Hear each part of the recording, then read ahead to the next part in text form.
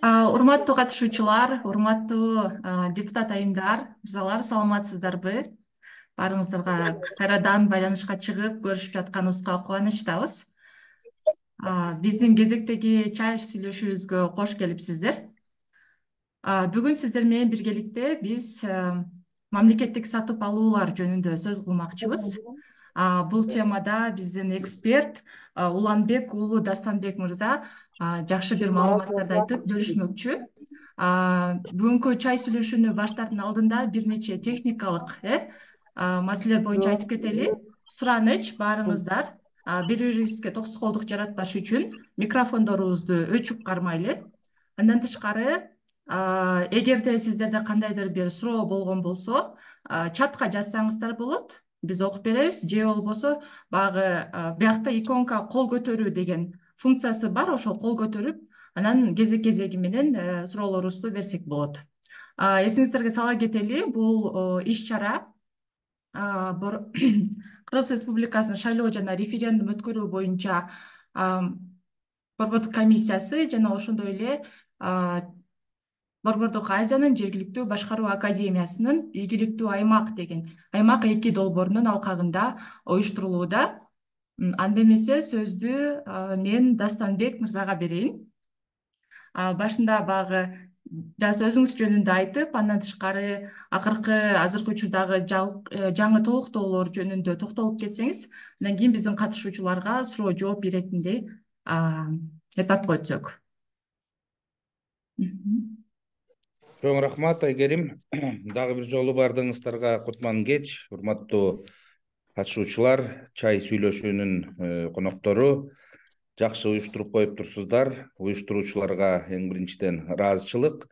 Күндүн кечине карабай, сиздерге окшогон айымдарды чогултуп, керектүү маалымат алып, бөлүшүп, жана сиздердин иштеп жаткан үзүрлүү эмгегиңиздерге терең бул дагы бир жардам иретинде болот деп мен дагы терең ишенем. Эң алгач өзүңүздөр жакшы билгендей, бүгүнкү биздин темабыз чай сүйлөшүүнүн бул мамлекеттик сатып алуулар жаатындагы талаптар, мыйзамда көрсөтүлгөн, укуктук ченемдик актыларда көрсөтүлгөн талаптар, алар кандай өзгөрүлүп атат, кандай жаңылыктар бар, жергиликтүү өзүн башкаруудагы сиздер сыяктуу депутат айымдардын ролу кандай, кантип таасир эте аласыздар, кантип ошол өзүңүздөр бекитип колдоп берген бюджеттин түз багыттуу жетип атабы, аны кандай көзөмөлдөй аласыздар, ошол боюнча сөз кылсак болот. Анан мен түшүнгөнүм, бул 2 саат аралыгында албетте сиздерге бул мыйзам жөнүндө баарын толук айтып жетишүү өтө кыйын, татаал. Мен ойлоп жатам, эгерде сиздердин суроолоруңуздар болсо, же кандайдыр бир көйгөйлүү маселелериңиздер болсо, ошол багытта чекесинен суроолоруңуздарды берсеңиздер, анан мен ошол порталды инструменттерди колдонуп, сиздерге терең түшүндүрүп бергенге аракет кылайын. Айгерим, ушундай кылсак кантет? Ооба, жакшы болот. Урматтуу жикелер, эгерде сиздерде суроолор бар болгон болсо, чатка жазсаңыздар болот, же болбосо кол көтөрүү белгисин басып койсоңуздар, сиздерге сөз берели.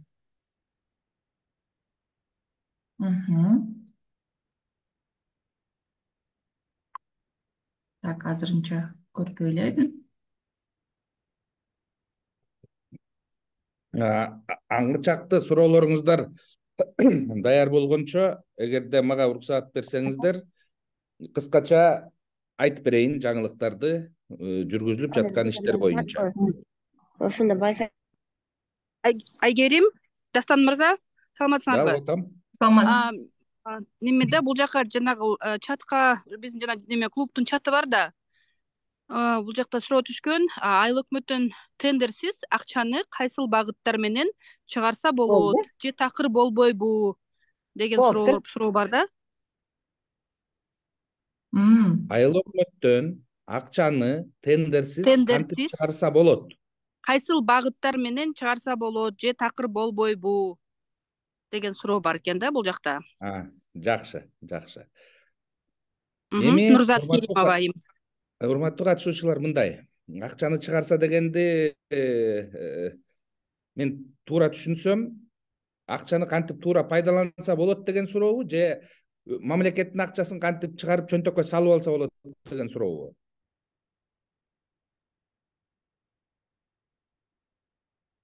Азыркы мезгилде Тендер жок деле акчаны тендер алга болобу болуп деген кетти суроо. го. Тендер болуп аябай күйдүрүп атпайбы? Ошо тендерсиз кандай жолдор бар деген суроону берейин деп атат менчи. Жакшы, жакшы. Дагы Рахмат тактап мындай койгонуңуздарга. биздин айыл жериндеги, элет жериндеги жөнөкөй элдер үчүн ошо тендерсиз кантип баягындай бөлүнгөн акчаны туура жумшоого өткөрсөк болот деген суроолор.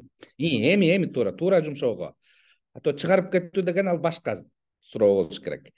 Эмесе мындай, урматтуу катышуучулар, эң биринчиден биздин ошол мамлекеттик сатып алуулар жаатындагы мыйзамдарда бул жөнүндө эмне дейт? Анан азыр баарыбыз көнүшүбүз керек. Биз тендер деген сөздөн баш тартканбыз. Тендер деген сөздү баардык ченемдик укуктук актылардан алып салганбыз. Мындан ары мамлекеттик сатып алуу деп айтабыз.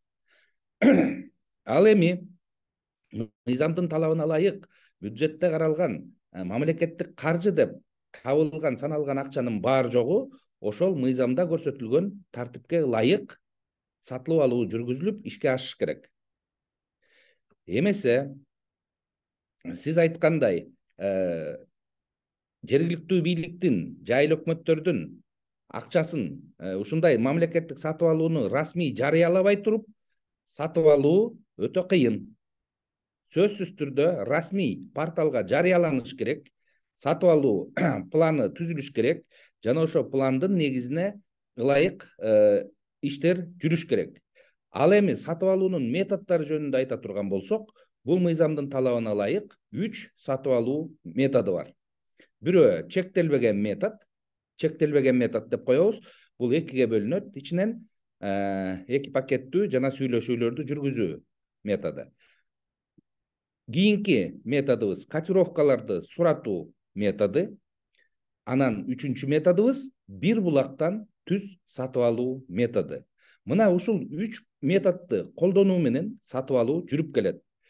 Ал эми өз кезегинде бул 3 метод кайсыл учурда кандай сатып алууларга колдонот экенин мыйзам так даана жазып көрсөтүп берген бизге. Аны ошол сатып алуучу уюм, анын ичинде сатып алууну жүргүзө турган сатып алуу бөлүмү бекитет жана ар бир сатып алууну келээрки 3 жылга пландап түзүп жүргүзүп алат. Эмесе ошол бир булактан сатып алуулар жөнүндө сөз кыла турган болсок, эгер мен экраныма доступ берип коесузбу демонстрацияга? Ооба, сизде бар доступ. Мындай да, азыр мен мамлекеттик тилде айтып атам, баарыңыздарга түшүнүктүүбү? Түшүнүктүү. Ооба, түшүнүктүү эле болуп атат, Эмесе бул жагы мындай болот. Так. Сизде азыр Zoom ачылып турат. Сиз постановленияны көрсөтөйүн деп атасызбы? Мен мыйзамга өтөйүн дедим элем. Ошол окошканы кайра ачсаңыз, экраныңыз менен бөлүштүңүз сиз. Постановление деген окнаны басып коюшуңуз керек. Постановление. Так, Мыйзам көрүндүбү? Ооба, эми көрүндү. Мына, урматтуу катышуучулар, бул сиздердин алдыңыздарга мен экранга кадимки жанагы Адилет министрлигинин базасында турган бүгүнкү күндөгү аракеттеги мамлекеттик сатып алуу мыйзамын ачып бердим. Азыр мына кыргыз тилге минтип которуп алабыз. Эми ушул аракеттеги мыйзамды карай турган болсок, жанагы мен айткан бир булактан сатып алуу деген мыйзамдын 17-беренесинде көрсөтүлөт. Бул 17 беренени карай турган болсок, бир булактан сатып алуу жана сиздердин сурооңуздарга ылайык бул жерде мыйзамда 21 учур аныкталып көрсөтүлүп берилген. Кайсыл учурда бир булактан сатып алууну жүргүзө алат сатып алуучу уюм. Ал эми ушул мыйзамда көрсөтүлгөн талаптарды жүзөгө ашырууга иштелип чыккан атайын ченемдик укуктук акт бар. Бул министрлер кабинетинин токтому менен бекитилген жобо. Ал токтомдун номуру 489, кабыл алынган күнү 19 сентябрь 2023 жыл. Ал токтомдо 57 учур айтылат. Кайсыл учурда бир булактан сатып алууну колдоно алат экениңиздердин. Мына ушу мыйзамдын талабына ылайык сатып алуучу уюм эгерде жана мен айтып кеткен бир булактан сатып алуу учуруна дал келе турган болсо, бул берененин талабына ылайык порталга жарыяны илбестен туруп түз бир булактан сатып алуу жүргүзүү укугуна ээ. Бирок ошол эле кезде бул пункттарда колдонууда сөзсүз түрдө рынокту изилдеп, мониторинг жүргүзүп, бааларын көрүп, даяр берүүчү барбы жана башка деген талаптарга ылайык жүргүзөт. Мен бул азыр учурдун баарын атап айтып өтүш өтө оор кылат келет. Кыскасын айтканда, порталга жарыялабай туруп, мониторингдин негизинде келишим түзө алат сатып алуучу уюм. Бирок ошол түзүлгөн келишимди милдеттүү түрдө ал келишимде көрсөтүлгөн шарттарды расмий порталга, сатып алуу порталына жайгаштырышы керек. Себеби ачыктык, айкындык, мыйзамдуулук, адилеттүүлүк бул мыйзамдын башкы талабы. Аны баарыбыз ачык, айкын көрүп сактап турушубуз керек. Ким канча сомго эмне сатып алып атканын, ким менен келишим түзгөнүн, муну жалпы коомчулук билиш керек. Айрыкча сиздер, жергиликтүү бийлик өкүлдөрү, депутаттар жергиликтүү кеңештердин, сиздер билишиңиздер керек. Ал эми жана сиздер айткан кыйынчылык жаратат, сатып алуу жүрбөй келет, илсек дагы эч ким катышпайт деген суроолор, ал башка суроолор. Менин баамымда бул жерге катышып аткан Жалал Абад, Баткен, Ош жергелеринин депутаттары отурсаңыздар керек. Сиздерге дагы айта кетчү нерсе, Баткен обласу өзгөчө макамга ээ болуп, анын сатып алууну жүргүзүү эрежелери ошол жердеги президенттин ыйгарым укуктуу өкүлүнүн чыгарган чечимдерине ылайык жүрөт. Ал тууралуу мына ушул 17 берененин атайын бөлүктөрү бар.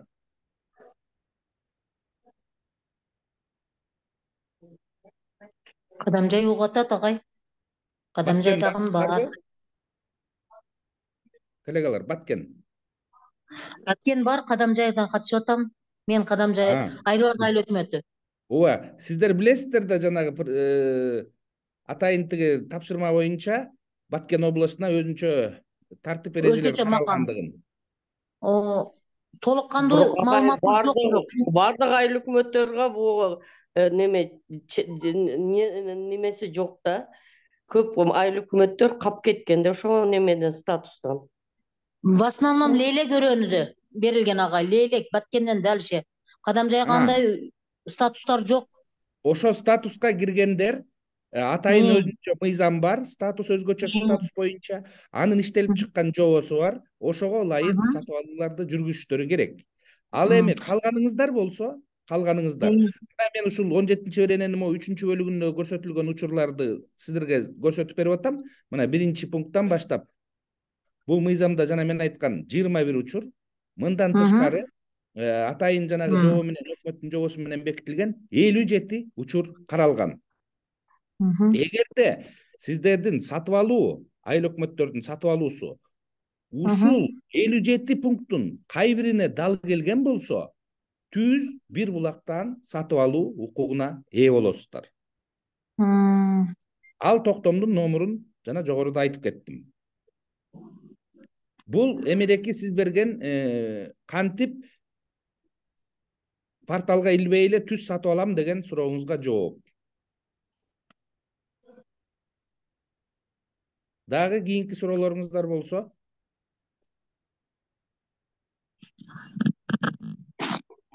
Бизде чатта дагы суроо жазылып аткан болчу, эгер бир булактан сатып алуу болгондо кандай болот? Түз сатып алуу болуп калабы деген суроо экен.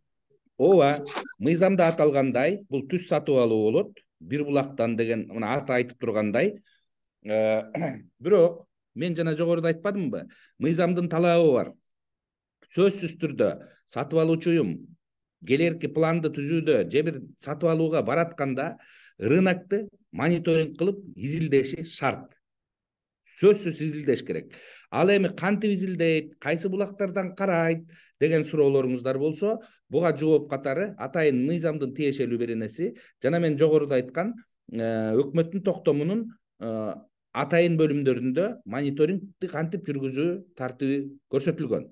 Ал тартипке ылайык белгилүү интернет булактарынан, ачык интернет айдыңынан карап ала алат. Бул бир булагы. Дагы бир булагы кадимки эле мамлекеттик сатып алуу порталын колдонуп, ал жерден кайсы бир сатып алуучу уюм ошол сиз сатып ала турган буюм теримди жакынкы аралыкта канча сомго сатып алды, анын жеңүүчүсү ким болду? Бул дагы бир булагы. Андан кийинки булак тандоо деп коебуз, электрондук каталог. Ал жерде дагы болжолдуу баалар берилген. Мына бул жерден карасаңыздар болот. Андан тышкары Нацстатком, улуттук статистика комитети, анын расмий сайты бар. Алар дагы байма-бай рынокты жер-жеринде мониторинг жүргүзүп, тиешелүү деген негизги товардык бөлүктөргө бааларын илип мониторинг жүргүзүп келет. Ал дагы бир булак карай турган. Монополияга каршы агенттик деген бар. Анын дагы расмий сайтына Кыргызстанда өндүрүлгөн товарлардын, продукциялардын баалары ошол сайтта байма-бай илинип турат. Бул дагы бир булагы мониторингтин. Андан кийинки дагы бир ыкмабыз бар, кантип мониторинг кыла турган. Бул коммерциялык сунуштарды суроо жолу деп коет. Же болбосо сиздин билесиз да, баягы потенциалдуу берүүчүңүз бар, фирмалар бар. Ошолордун расмий дарегине, электрондук дарегине, сатып алуучу уюмдун расмий дарегинен суроо жиберилет дагы. Ал суроолор тактап жазылып, эмне ала турганы, канча ала турганы көлөмдө, кайсыл мезгилде мөөнөттө ала турганы, ага кандай техникалык мүнөздөмөлөр берилгенин, кандай шартта жеткирүү болоорун жана сатып алуучу уюм кандай тартипте акча төлөп берерин так жазат дагы. Ошого жооп катары баягы потенциалдуу деген берүүчүлөр өзлөрүнүн сунуштарын ошо көрсөтүлгөн расмий булак аркылуу жөнөтөт. Мына бул мониторинг кылуучу булактарды айтып бердим. Эми кайсы булактан таппасын, балким мен атап кеткен бешөөнөн табабы, же бешөөнүн ичинен бирөөсүнөн табабы, акыры таап жыйынтык чыкса, мониторинг жүрдү болуп саналат. Эгерде бешөө же андан көп же бир нече булактан тапса, ал жерден тапкан баанын сандары, суммасы кошулуп, санына бөлүнөт дагы, орточо баа аныкталат. Ошол орточо аныкталган баа сатып алуучу уюмдун ошол буюм теримди сатып ала турган пландаган баасы болуп саналат. Ошол баа менен анан расмий келишим түзүп, анык чын-бышыгын аныктап, өзүнө дал келсе, келишим түзөт дагы. Келишимди 2 жумушчу күнүнүн ичинде порталга каттап, келишимде алынган милдеттерге ылайык келишимдин шарттары аткарыла баштайт. Коллегалар? Так, бизде бул жакта Мавлюдахан эжеке кол көтөргөн экен. Сизде суроо барбы? Так, дагы бир жерден мен чаттан окуп атам. Жок, менде суроо жок. Ош тарапка башка мыйзамбы, таласта мындай болобу дейт. дагы бир кайталап кетейин. Баткен облусу гана өзгөчө жана статуска ээ болуп, анын ичинен Баткендин баары толук эмес, чек арага чектеш жайгашкан аймактарга өзгөчө макам берилип, алардын мамлекеттик сатып алуу жүргүзүү тартиби бир нече бул мыйзамда көрсөтүлгөн тартиптен өзгөчөрөөк болот. Калган Кыргызстандын баардык аймагында ушул сиздерге көрсөтүп аткан мыйзамдын баардык талаптары бирдей шартта колдонулат. Дагы бир сиздер биле турган өзгөчөлүк, сиздердин кээ бир айыл өкмөттөрдүн алдында муниципалдык ишканалар бар. Мына ошол муниципалдык ишканалардын сатып алуу тартиби дагы бул мыйзамдын тескөөсүнөн чыгарылып салынган. Ага ылайык Атайын министрлер кабинетинин тиешелүү 301 номерлуу 2022 жылы чыккан токтому менен бекитилген жобосу иштелип чыккан. Ошол жобого ылайык ар бир жанагы муниципалдык ишкана өзүнүн ички тартибин иштеп чыгышы керек дагы, жана ошого ылайык сатып алууларды жүргүзүш керек. Бирок мен экраным өзгөрдүбү буйрукка? Ооба, өзгөрдү. Мына бул экраныңыздарда көрүп аткан Өзгөрдү. Кыргыз Республикасынын министрлер кабинетине караштуу мамлекеттик кызмат жана жергиликтүү өз алдынча башкаруу иштери боюнча мамлекеттик агенттиги бар экенин билесиздер. Ушул агенттик сиздерге жардам иретинде атайын буйругу менен иштелип чыккан жобону бекитти. Мына үстүбүздөгү жылдын эле ушу 8 февралында кечегин эле бул буйрук кабыл алынды. Бул буйрукка ылайык жана мен айтып кеткен өкмөттүн токтомун жүзөгө ашыруу максатында муниципалдык ишканалардын сатып алууларын уюштуруу эрежелерин атайын бир жобосу бекитилди. Жана бул жобого ылайык сиздердин муниципалдык ишкана макамына ээ сатып алуучу уюмдар ушул буйрукта көрсөтүлгөн тартип эрежелерге ылайык сатып алууларды жүргүзүшү керек. Бул уже сиздерге жетиш керек болчу. Жетпесе ушул аталган агенттиктин расмий сайтынан тиешелүү документтерди алсаңыздар болот. Урматтуу коллегалар, Бизге чатка дагы суроолор келип түшүп атат. так, чат. Бул жактан Насипгүл Амазбаева эжекебиз. Эже, сиз бул жерде болсоңуз, микрофонуңузду күйгүзүп эле сурооңузду берсеңиз болот. Саламатсыздарбы? Саламатчы. Мен де ошол чатка суроомду жазып койдум элем, себеби ушул мамлекеттик сатып алуулар боюнча жакында эле изилдөө жүргүздүм да эми өзүбүзчө. Анан ошол учурда көп ар кандай байкоолорум бар болчу, ошон үчүн ушу суроону берип атам да. Жакшы, эң туура. Мына урматтуу Насипгүл айым, сиздин сурооңузду чаттан да окудум, азыр өзүңүз дагы бердиңиз. Сиздин сурооңуз өтө жүйөлүү суроо. Ошол эле кезде жана биринчи айтылган суроо айыл өкмөттөр кыйналып атат, кантип тендерсиз жарыялабай туруп сатып алсак болот деген дагы суроо болгон башында, билесизби? Демек көрдүңүзбү? Биз жанагынтип портал аркылуу эмес, өзлөрүнө сатып алуу мүмкүнчүлүктү берип койгон болсок, сиздер жана коомчулук андай сатып алууларды көзөмөлдөп байкоо жүргүзүү укугунан ажырап каласыздар. Мына бул расмий портал, мамлекеттик расмий портал сатып алууну жүргүзгөн.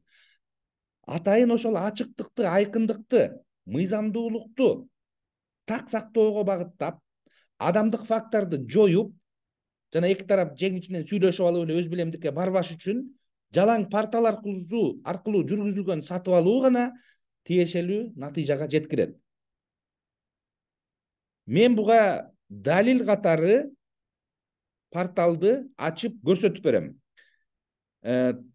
Так.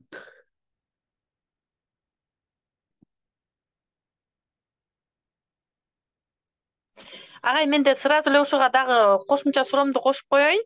Себеби дегенде, булардын мен любимчики дегендей бар экен да.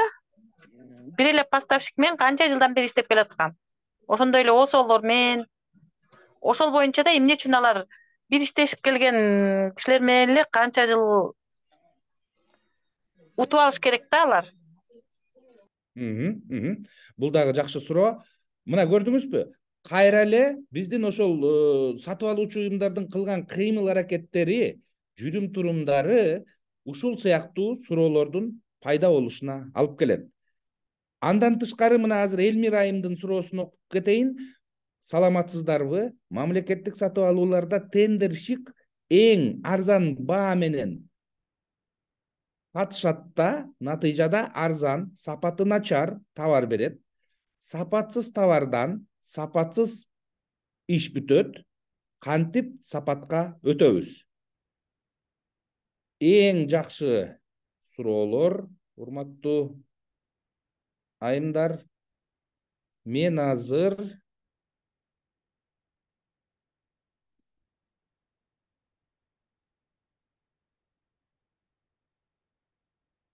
портал көрүндүбү? Ооба, көрүндү. Мына бул расмий портал, мамлекеттик сатып алуулар порталы. Сиздер депутат катары жана жөнөкөй жаран катары ушул расмий сайтты, мамлекеттик сатып алуулар порталын түз ачып, эч кандай логин паролу жок эле, Кыргызстанда болуп аткан сатып алууларга, бардык сатып алууларга күбө боло аласыздар. Аларга коюлган талаптар так сакталып атабы, аткарылып атабы, буга күбө боло аласыздар. Эмесе, мен жаңы элеки жогоруда сиздерге көрсөткөн мыйзамдын эң биринчи максаты мамлекеттик сатып алууларды жүргүзүүдө натыйжалуу, анан үнөмдүү сатып алуу болушун, ошол эле кезде андай сатып алуулар бирдиктүү тутум бул портал аркылуу жүрүүсүн талап кылат. Дагы кайталайм, сатып алуу натыйжалуу жана үнөмдүү болуусун талап кылат. Ал эми натыйжалуу деген сөз, билесиздер, орусчасы эффективдүү деп коет, эффективный деп коет. Натыйжалуу сөздү кандай түшүнөбүз? Натыйжалуу дегенге эмне кирет? Эң биринчиден, натыйжалуу деген сөз менен биз сапатты билишибиз керек. Демек, биздин сатып алуучу буюм терим эң сапаттуу болуш керек деген талапты мыйзам коюп атат. Эски мыйзамда үнөмдүү деген сөзү алдында турар эле дагы, анан барып натыйжалуу деп айтылар эле. А бул аракеттеги мыйзам тескерисинче сапатты алдыга койду дагы, анан анын ичинен үнөмдүү болсун деди.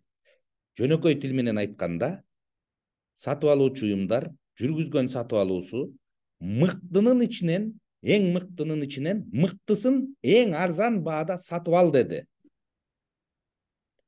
Суроо туулушу мүмкүн, кантип эле мыктынын мыктысы эң арзан болсун деп.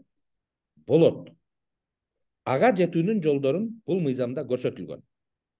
Кантип жетерин мен жанагы бир айтып кетпедимби, чектелбеген ыкманын 2 пакеттүүсү бар деп. Ошол 2 пакеттүү методду колдонгон учурда чынында эле сиз каалаган сапат, сиз каалаган жогорку деңгээл, сиз каалаган тажрыйбалуу берүүчү менен иш алып келүүгө шарт түзөт. Ал эми дагы бир сурооңуздар болду. Жеңичинен сүйлөшүлөт, тендерщик утуп алат, арзан деп. Мына мен могу сиздер көрүп аткан порталдан азыр кааласаңыздар, мисалы сиздер көбүнчө товар алат болсоңуздар керек. Же сиздердин бир сатып алууну көрүп көрөлүбү? Бириңиздер айтасыздарбы бир айыл өкмөтүңүздөрдүн атын? Сельская управа Карасаев дегенди. Карасаев. Да? Ооба. Мына Карасаев сельская управа деп мен могу издөөчү бөлүккө киргиздим. Анан бул найти деген кнопканы бастым. Мага эчтеке тапкан жок. Так. Демек, Сельская управа Карасаев деп жазылганда чыгат да. ооба азыр. Мына Кайрадагы бир басып атам. Бишкекский государственный университет имени Карасаева. Сельское управа Карасаев. Мынакей чыкты. Караңыз. Товары, приобретение ГСМ для служебного автотранспорта. Бул күйүүчү майлоочу майды алганыңыздар болуп атат. Мына мен мисалы үчүн ушул жарыяны көргүм келсе, минтип кнопканы басам дагы ушул жарыяны көрө алам. Бул жарыяда сатып алуучу уюм атын мына айтып атат, кызматтык унаага биринчи кварталга күйүүчү майлоочулар заттарды алууга жарыя берип атат, котировкаларды суратуу ыкмасы менен ага 59.400 сом пландалганын жазып атат. Жарыя берген күнү 9 февраль, сунуштарды ачуу күнү 15 февраль болуп, мүнөтүнө чейин аныкталып атат. Андан кийин сунуштардын күчүндө болуусу мөөнөтү 20 күн деп берилип атат. Кепилдикти, сунуштун кепилдигин камсыздоо буга 45 күн коюп атат. Банктык реквизиттерин берип атат. Эгерде жанагы ГОППны төлөй турган размери болсо. ГОППнын ордуна ГОПП деп коебуз, могу кепилдикти, сунуштун кепилдигин камсыздоо декларация түрүндө сурап атат. Декларация деген тилгат, расмий тилгат берүүчү жазып туруп, мына мен сиздин баландай деген сатып алууңузга катышууга даярмын, сиз айткан сунуштарга көнөмүн, сиз койгон талаптарга макулмун, жеңүүчү болуп калсам, сиз менен келишим түзүүгө даярмын деген таризде жазылган кат. Бул күйүүчү майлоочу майга карата сатып алуунун расмий документин көрүп атабыз. Эгерде сиз ушул эле сельское управанын бардык жарыяланган сатып алуусун көргүңүз келсе, мына бул мышканы могу жерге алып келип көрсөтсөңүз, все объявления данной организации дейт. Муну бассаңыз, ушул сельское управанын порталга жарыяланган бардык сатып алууларын көрө аласыз. Ал эми ар бир сатып алуунун жыйынтыгын көргүңүз келе турган болсо, мышканы мына бул жагына алып келсеңиз, могу значок күйбөдүбү? Бул протокол вскрытия, келип түшкөн сунуштарды ачуунун протоколу, система өзү дайындап берет. Ылдыйкы сатып алууну карасаңыз, дагы бир мына кошумча значок турат. Бул тандоонун кандай жүрүп атат, протокол оценки деп коет. Келип түшкөн сунуштарды кандай баалоо жүрүп атканын көрсөтөт. Бул белги сатып алуу жокко чыкканын айтып атат. Отменен деп. Ал эми дагы бир мына ылдый жакта чыгып калган кошумча белгиге алып келсеңиз, контракты дейт. То есть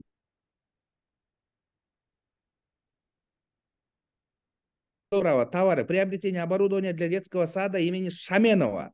Карасаева айлап койту. Котировкаларды суратуу ыкмасы менен 55.000 сом, 500 сом карап сатып алуу жүргүздү дагы. Эми мен ким менен келишим түзгөнүн көргүм келсе, могул желекчеге алып келип басамын.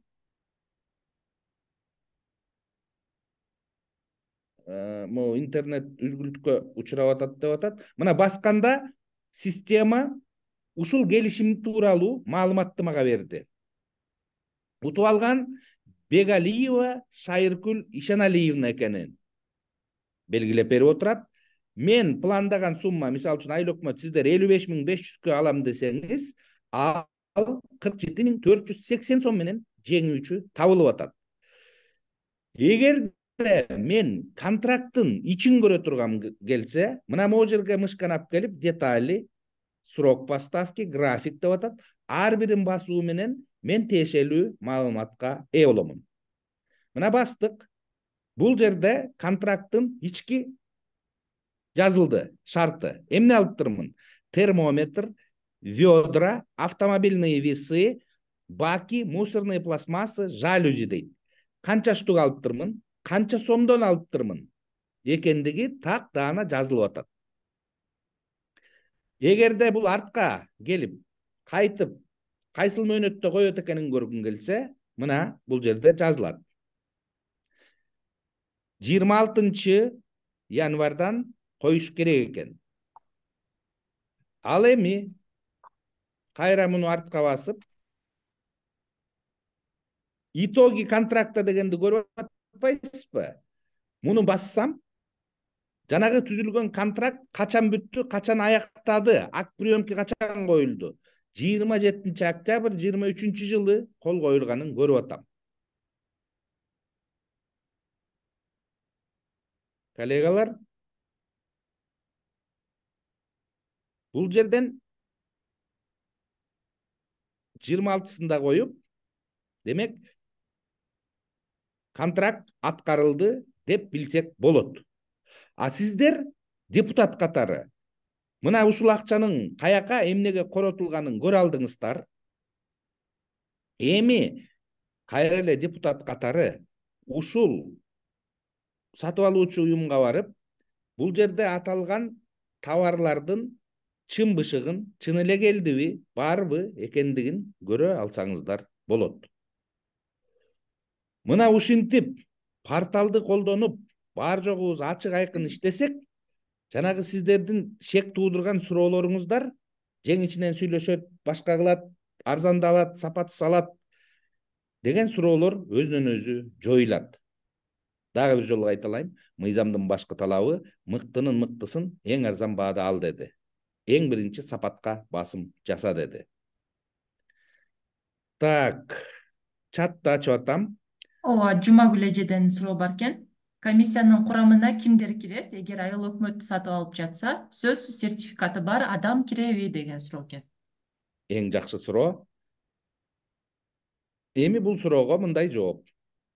Мыйзамдын талабына ылайык ар бир сатып алуучу уюм тиешелүү бюджет бекигенден кийин же бекирине 3 ай калган кезде келерки 3 жылга сатып алуу планын түзө баштайт.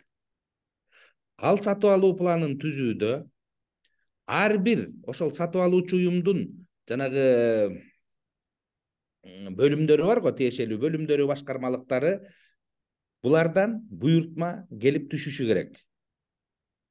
Буйртмада эмне алаары, кантип алаары, кандай таризде мүнөздөмөдө алаары жазылат. Андай буйртма жетекчиге келет. Жетекчи карап, чын бышыгын аныктап, тиешелүү бөлүмдөрүнө жиберет. Мамлекеттик сатып алуу бөлүмүнө жиберет. Мына бул тартип, кантип жана план келет, түзөт дедик.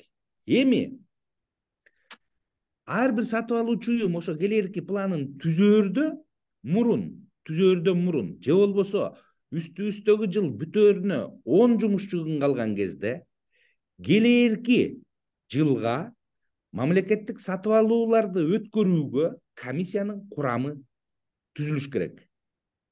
Бул комиссиянын курамы ар бир ошол сатып алуучу уюмдун кызматкерлеринин ичинен түзүлөт. МОПтон тышкары. МОПту жана младший обслуживающий персонал деп коебуз го. Кенже кызматкерлер.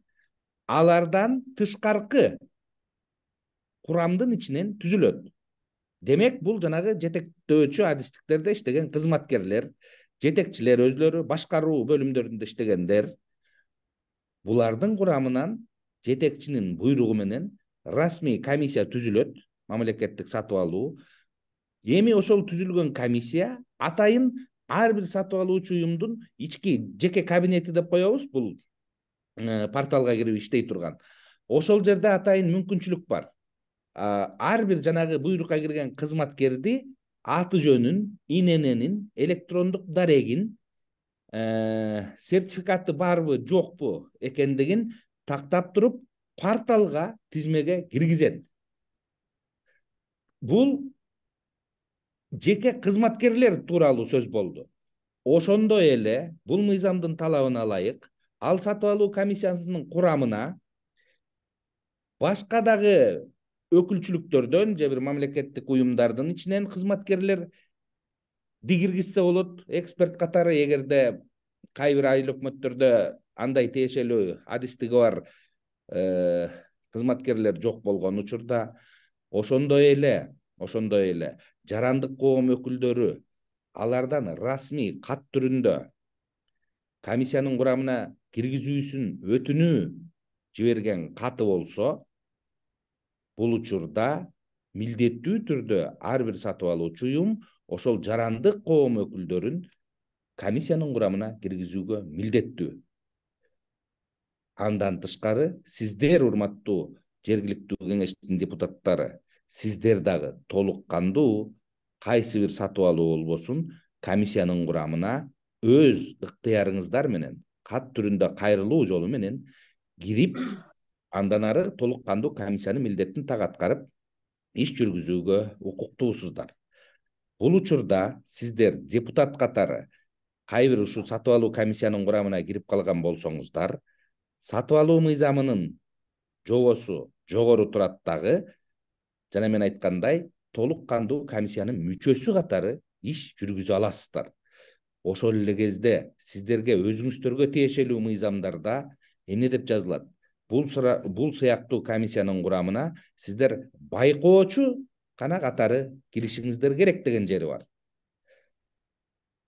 Мамлекеттик сатып алуулар мыйзамына келгенде профилдик мыйзам деп коебуз, багытталган, багытына жараша мыйзам. Ал мыйзамдын күчү жогору турат дагы, сиздер байкоочу эмес, толук кандуу комиссиянын мүчөсү катары кире аласыздар. Жооп бердимби сурооңузга?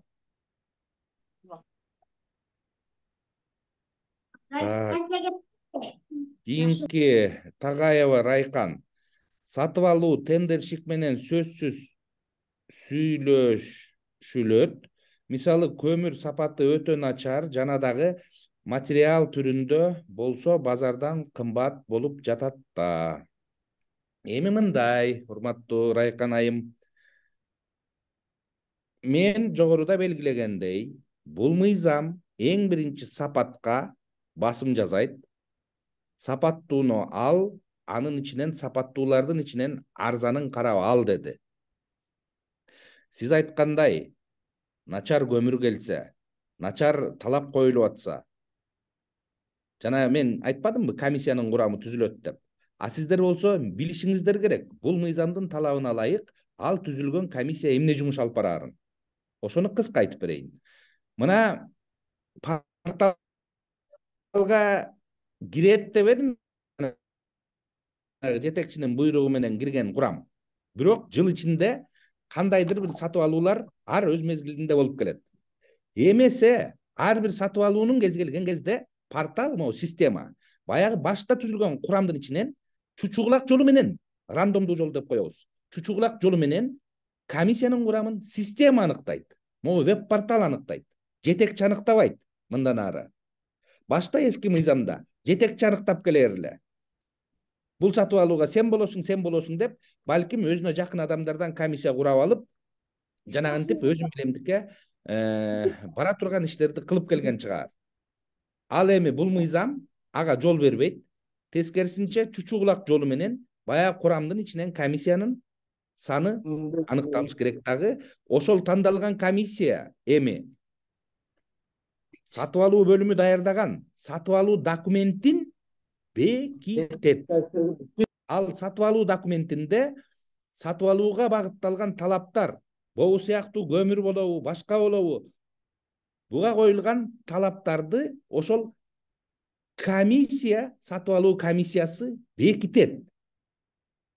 Эмнеге? Анткени кайра сунуштарды ачуунун мезгили келгенде ошол эле комиссия өзү бекиткен талаптарга ылайык, өзү койгон талаптарга ылайык келип түшкөн сунуштарды берүүчүлөрдөн баалап, тактап, жеңүүчүнү аныктайт. Бул комиссиянын милдети.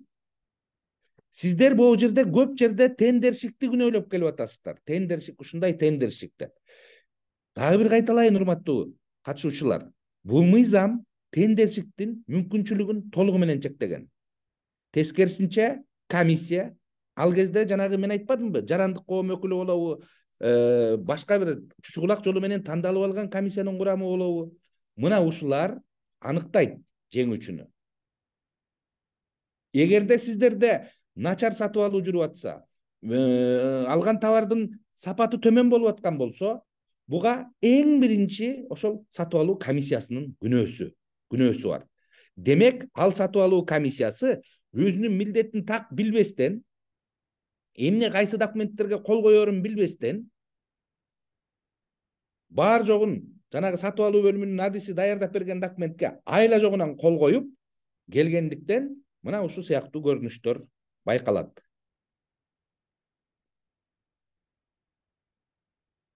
Жолдошова Өктөмхан, Базар Коргон району Сайдыкум айылдык кеңешинин депутаты. Булар каттоого жазылып атат окшойт. Бул жакта суроо бар экен Гүлбарчын айымдан. Айыл өкмөтүндө сатып алуулар боюнча адис, сатып алуулар боюнча сертификаты жок болсо деле иштей берүүгө болобу дейт. Жакшы суроо. Ар бир сатып алуучу уюмда сатып алуу бөлүмү болушу шарт. Мыйзамдын талабы. Эгерде кайсы бир сатып алуучу уюм өзүнүн мүмкүнчүлүгү чамасы чектелүү болгон болсо, же болбосо сатып алуулардын саны аз болгон болсо, мындай сатып алуучу уюмдарга атайын сатып алуу бөлүмүн түзбөстөн кайсы бир бар иштеп жаткан бөлүмүнө ушул сатып алуу бөлүмүнүн милдетин жүктөп коюуну талап кылат. Бөлүм деген сөз өзү эле айтып тургандай, бул 3 киши деген сөз. 3 кишиден ылдый болсо аны сектор дейбиз, билесиздер.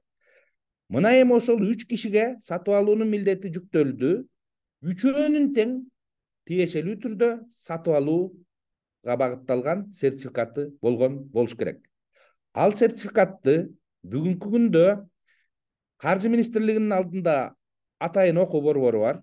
Ошол окуу борбордо каралган курстар бар. Тиешелүү түрдө курстардан өтүп, аны расмий экзаменден тапшырып, сертификатын тастыктап, анан ээ болушат. Сертификат сатып алуучу бөлүмгө сөзсүз керек.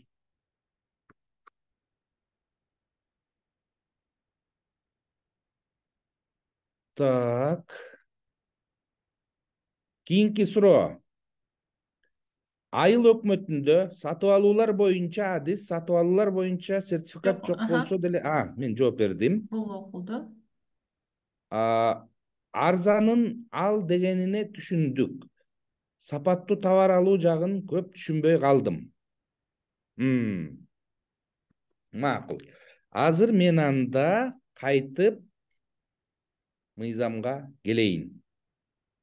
Мына, мыйзам ачылдыбы экраныңыздардан? Ооба. Мына караңыздар. Мыйзамдын башкы максаты. Могу биринчи берененин экинчи бөлүгүндө айтылып атат. Ушул мыйзамдын максаты сатып алуучу уюмдардын ишинин иштешин камсыз кылууга байланышкан мамилелерди жөнгө салуу аркылуу мамлекеттик ресурстарды натыйжалуу жана үнөмдүү пайдалануу болуп саналат.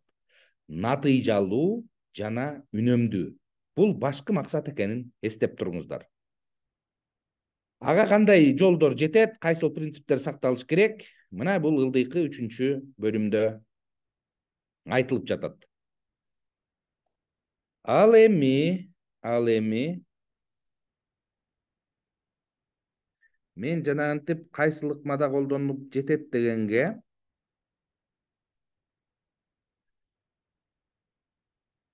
атайын тиешелүү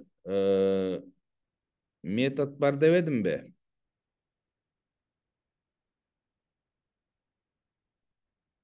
Бул методдун аты мына 14-чү берениде көрсөтүлүп турат. Чектелбеген ыкма деп. Чектелбеген ыкма мен жогоруда айтып кеткендей, 2 пакеттүүсү бар жана сүйлөшүүлөрдү жүргүзүү методу менен өтөт. Ал эми 2 пакеттүүнү чечмелей кетсек, бул сатып алуучу уюм бир нерсе сатып алып аткан кезде товар болобу, жумуш болобу, кызмат көрсөтүүлөр болобу, эгерде ошол алып аткан буюм теримге, анын сапатына жана келип катыша турган берүүчүнүн квалификациялык деңгээлине басым жасагысы келип жасай турган сатып алуу жүргүзө турган болсо, ушул эки пакеттүү методду колдонот. Эки пакеттүү деген эмне? Аты айтып тургандай, сатып алуу эки пакетте жүрөт. Же болбосо эки этапта жүрөт десек болот.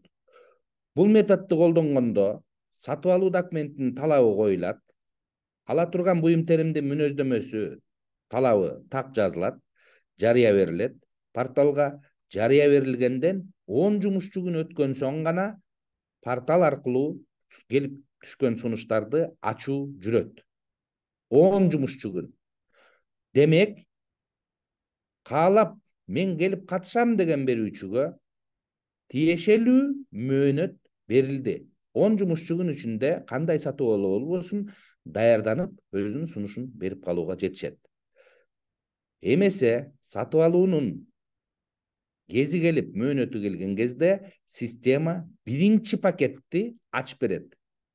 Ал биринчи пакетте сиз жанагы койгон талапка ылайык катышкан берүүчүлөрдүн квалификациялык гана деңгээли көрүнөт, жана сиз алам деген буюм теримдин алар сунуштаган сапаты гана көрүнөт. Баасы көрүнбөйт. Баасы экинчи пакетте көрүнөт, бирок бул учурда экинчи пакет ачылбай турат. Система аны ачпай турат. Эми караңыз, мына жана түзүлгөн курам, сатып алуу комиссиясынын курамы, ушул биринчи пакетте келип түшкөн техникалык мүнөздөмөлөрдү жана квалификациялык мүнөздөмөлөрүн берүүчүлөрдүн ачып берет, комиссия ошону тандайт, баалайт. Же болбосо жана мен айткан ушул жерден мыктынын мыктысын тандайт. Кимиси эң сапатка жооп берет, ким жогорку талапка ылайык берди, кимдин накта тажрыйбасы бар, ким ал катышуучу кандай документтери менен тастыктап берди. Мына ушулар бааланат дагы, мыктынын мыктысы тандалып, биринчи пакеттин негизинде жеңүүчүлөр аныкталат. Жеңүүчү деп табылган катышуучулар портал аркылуу, ушул система аркылуу жыйынтыгы илинет дагы, 5 жумушчу күн өткөн соң алардын экинчи пакет ачылат. Жана мыкты деп табылган гана катышуучулардын. Мыкты эместер, биринчи пакеттин баалоосунан өтпөй калгандардын экинчи пакетте сунушу ачылбайт. Ал эми экинчи пакетте жана мыкты деп тапкандардын финансылык берген сунушун көрөбүз. Баасын көрөбүз. Акчалай канча сатам дегенин. Мына эми ушул экинчи пакет ачылган кезде кимиси эң арзан баа берген, ошол жеңүүчү деп табылат. Коллегалар, ушул ыкманы колдонуу менен мыктынын мыктысын эң төмөн баада алууга жетишебиз.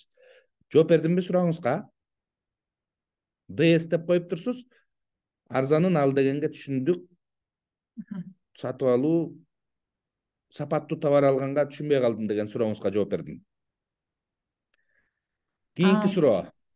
Максатай Мажитова. Саламатсызбы? Ак Татыр айыл өкмөтү дагы бир сатып алууну порталдан карап көрсөк болобу? Болот, карайлы. Эгерде ал сатып алуунун атын, номурун билсеңиз, айтыңыз. Мына мен кайдадан порталга кирем. Порталга кирип, кайра эле мышканы могу иконкага алып келип баса турган болсоңуз, башкы бетке туш болосуз. Мисалы үчүн Ак Татыр дедиңиз, чогуу жазылат беле, же өзүнчөбү? Жок, тире менен жазылат. Тире менен. Тире. Ак Татыр. Ак Деп Татыр. көрөйүн. Актатырская сельская управа Баткенского района. Ушубу? Ооба, ушул. Так, кайсы сатып алууну карагыңыз келди?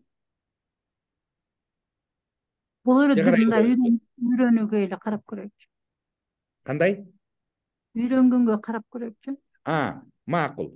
Анда караңыз, мына бысмылда дегенде эле азбест труба жана занавеска сатып алуу деген аталыш менен сатып алуу жарыялап отурат. Тандап алган ыкмасы котировкаларды суратуу ыкмасы. Пландаган баасы 110 000 сом. Сатып алууну жарыялады 13 декабрда 23 жылы. Сунуштар ачылды 18 декабрь 23 жылы. Мен жана бул жакта көрсөтүлгөндөй муну бассаңыз сатып алуу протоколун көрө аласыз. Муну басып туруп, мына бул сатып алууга кимдер катышкан, кайсы бааны берген экенин көрө аласыз. Так, жок, бул сатып алуу документине болдук. Мага протокол вскрытия керек. Мына протокол вскрытияны карасак, катышуучунун саны 6 болду. Талантбек уулу, башкалар катышты, өзлөрүнүн сунуштарын берди. Мына көрдүңүздөрбү, ушинтип билинет. Бул система өзү тандап берген, өзү чыгарып берген ачуулардын протоколу. Протокол вскрытия деп коет. Алардын кимиси канча сом бергенин билебиз. Көрө алабыз бул жерден. Баары ачык болуш керек дебедикпи? Декларация түрүндө сураптырбыз, аны беришиптир.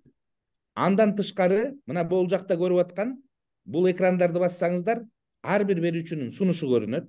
Ал эми бул жакта графаны карай турган болсоңуздар, ар бир катышуучунун салык алдында, социалдык төлөмдөрдү төлөө алдында карызы барбы, жок экендиги берилет. Бул дагы бирдиктүү тутум аркылуу, жана түндүк деп атпайбызбы? Ошол түндүккө бардык мамлекеттик органдар, алардын маалыматы байланып, мына мынтип бирдиктүү бир кнопканы басуу менен эле ар бир мамлекеттик органдан тиешелүү маалымат ала турган деңгээлге жетип калдык. Болбосо элестетиңиздер, ушунун баары жанагы очередке туруп, ар бир салык кызматында болобу, соцфонддо болобу, ар бир поставщик берүүчү ушундай карызы жок, бар экендигин тастыктай турган тиешелүү справкаларды алып келип, ушу ар бир сатып алууларга катышып келер эле. Ал эми санариптешүүнүн дагы бир жетишкендиги, мына мынтип алар үйдө отуруп эле, ошол барбай очередке турбай эле, ар кимиси түндүк аркылуу өзүнүн маалыматын бере турган деңгээлге жеттик. Эми караңыз, мына 6 катышыптыр. Могу жерге алып келип кнопканы бассаңыз, ушул сатып алуунун жүрүшү кандай болгон, баалоо тандоо кандай жүргөн экенин көрө алабыз. Бул жерден биринчи орунду Айдарова Айткүл утуп атат. 504 000 сом менен. Ал занавесканы утуп алып атат. Ал эми азбест труба алынбай калыптыр. Эмнеге дегенде отпала в дальнейшем приобретении дептир. То есть отпала необходимость десе керек. Сатып алуу кереги жок деп коюптур. Эми мен могу кнопканы баса турган болсом, ушул сатып алуу протоколун көрө алам. Мына бастым.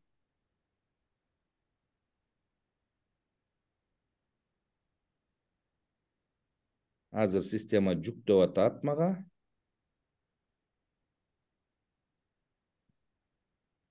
Так.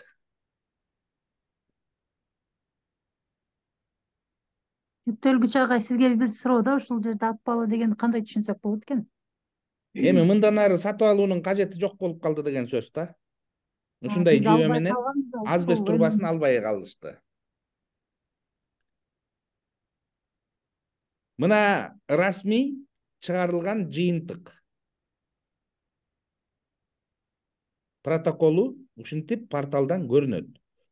Муну, урматтуу катышуучулар, мен көрдүңүздөрбү, эч кандай логин паролду колдонбостон туруп эле, кадимки эле жөнөкөй жаран катары көрүү укугуна ээ болдум.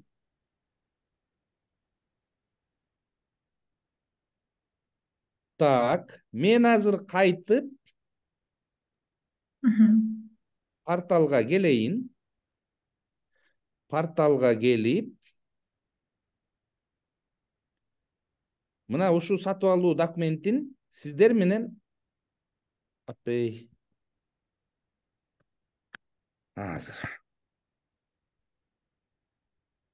ушул сатып алуу документин карап көрөлү дагы. Сатып алуучу уюм талапты туура койгонбу, методду туура тандаганбы, ошол жөнүндө кыска кеп кылалы. Мына караңыздар. Аталышы азбест труба жана занавеска сатып алуу дейт. Бул мыйзам сатып алууну жүргүзүп атканда ар бир ала турган буюм терим өзүнчө аталыш менен аталып, жана анын сатуучусу базарда арбын экенин эске алуу менен ар кимдин өзүнүн келип катышуусуна шарттай турган талапты коюусун талап кылат. Азбест труба менен занавесканын жакындыгы барбы? Жок. Кандай деп ойлойсуздар? Жок да, жок. Азбест стройматериал, ал занавеска башка. Демек, Жок. бул сатып алуучу уюм минтип бириктирип койду. Бириктирип коюу менен балким ак татырда баары эле бир дүкөндө сатылса керек. Аны карап туруп бириктирип койгон чыгар. Бирок биздин сатып алууга коюлган талап жалгыз эле ак татырга багытталбастан, жалпы Кыргызстандын аймагына багытталыш керек. Балким Кыргызстандын башка да бир булуң бурчунан мен даярмын деген сатуучу даяр бир сунушун берүүгө даяр болгондур. Бирок мен азбест труба менен занавесканы бириктирип койгонум менен келбей калышы мүмкүн. Бул аталышында. Ал эми лотко, мына могу ылдый түшкөндө лот көрүнүп атпайбы? Бул жерден өзүнчө бөлүптүр. Азбест труба дептир, занавеска деп өзүнчө бөлүптүр. Мунусу туура өзүнчө лот менен бөлгөнү. Кокус бириктирип койгондо мыйзамды өтө одоно бузгандык болот эле. Эми караңыздар, сатып алуучу уюм ушу занавеска сатып алуу деп мына талабын коюп атат. 5 күндүн ичинде алып келесиң деп атат. Занавеска жөнүндө маалыматты билгим келсе, мына могу жерден басам, могу көрдүңүздөр стрелканы. Бассам, ичиндеги занавесканын мүнөздөмөсү берилет. Эмне деп атат? 300 метр занавеска алып атам. Занавеска с карнизом в кольцах, тюль, бамбук, турецкий, размер 2,70 на 2,7 на 3 тигип орнотуп берүү кызматы менен. Эми урматтуу айымдар, мына менин болгон жазган мүнөздөмөм. Занавеска с карнизом в кольцах, тюль, бамбук, турецкий. Ушул мүнөздөмө менен айтыңыздарчы, сиздер эгерде берүүчү болсоңуздар, кандай занавеска тигип берер элеңиздер? Өңү түсү жазылдыбы? Жок. Жазылган жок. Өңү түсү жазылбаса, берүүчү өзү билет кандай өң алып келерин, туурабы? Ооба. Туура. Өңдүн бияка кереги деле жок го. Материалдын, өңдүн кереги жокпу? Материалдын кандай материал ошону жаз. Жо, занавеска с карнизом в кольцах, тюль, бамбук, турецкий деген Өңү керек да. Өңү керек. Бардык белгилерин жазыш керек да. Тюль, бамбук, турецкий деген менен эмнени түшүнөбүз? Размерин жазып коюптур мына 2,70-ке 3 деп. Анан тигип орнотуп берүү кызматы менен дейт. Карниз дедим, Карниз деген дагы бул өзүнчө мүнөздөмөнү талап кыла турган буюм болсо керек, менимче. Кандай дейсиздер? Ооба. Ал өзүнчө. Мунун дагы темири, пластиги, жыгачы жана башкасы болсо керек. Ооба. Мунун да өңү түзү болсо керек. Формасы бар. Айтпай жатам аны, көрдүңүзбү? Кымбаты арзаны болот да. Ооба. Анан метри 300 метр алып атам. 300 метрди мен бир карнизге илемби? Же могу 2,70-ке 3төн 300 метр болуш керекпи? Түшүнгөн жокмун, мына көрүп атасыздар. Ооба. Мына көрдүңүздөрбү, урматтуу коллегалар? Биз өзүбүз ушул сыяктуу талаптарды коюу менен сатып алуу жүргүзүп келебиз. Анан эртең ыйлайбыз. Бизге эң арзанын берди, сапатсызын берди, анысы түшүп калды, антип калды деп. Берүүчү жана утуп алган киши эмне сурасак ошону берет да. Биз жөн эле эптеп септеп сурап койдук да могу жерге мына. Демек, эптеп септеген карниз келет да, кандай дейсиздер? Ооба, туура эле. Туура, сапатын. Эми эң негизгиси мына ушул талапты жанагы тандалып алган комиссия мүчөсү бекитип отурат. Балким эртең сиз болосуз ошо комиссия мүчөсү, урматтуу депутаттар. Мына ушуга басым жасаңыздар.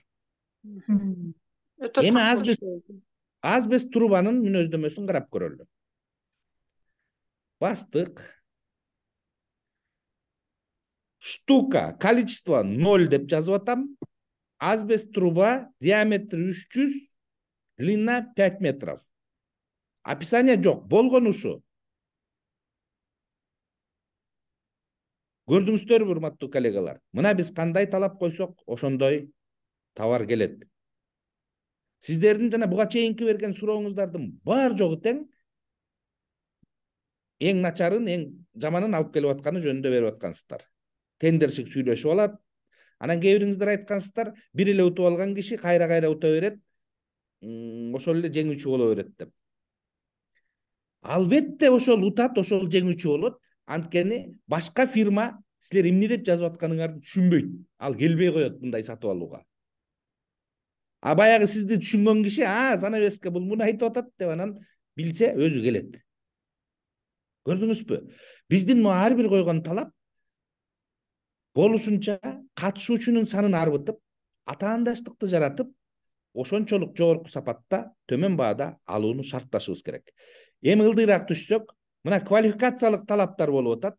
Бул деген сөз жанагы сиздин оюнга, сатып алуучу оюнга келип катыша турган катышуучу кандай квалификациялык деңгээли мүнөзү болуш керек экендиги жөнүндө сиз коюп аткан талап. Окуйлу. Налогто карызы жок болсун деди.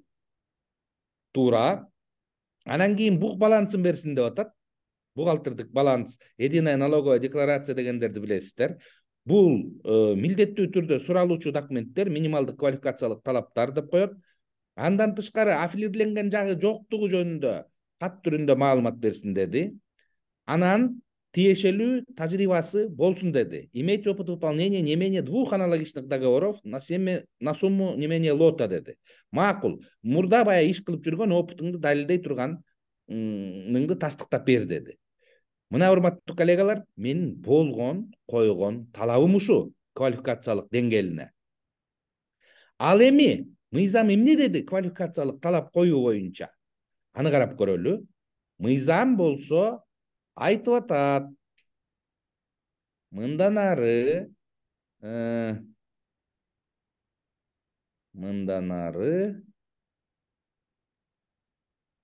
так.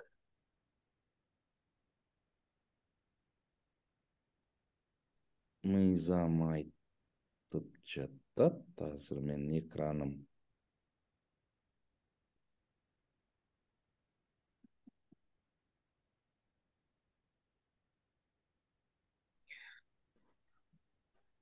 Саламатсызбы? Неме асфальт боюнча да билсек болобу я? Азыр. 1 секунд жеке.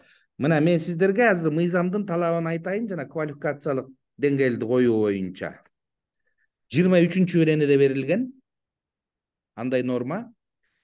Мыйзамдын мына 23-чү беренесин ачып атам. Бул жерде берүүчүлөрдүн квалификациялык маалыматы деп атат.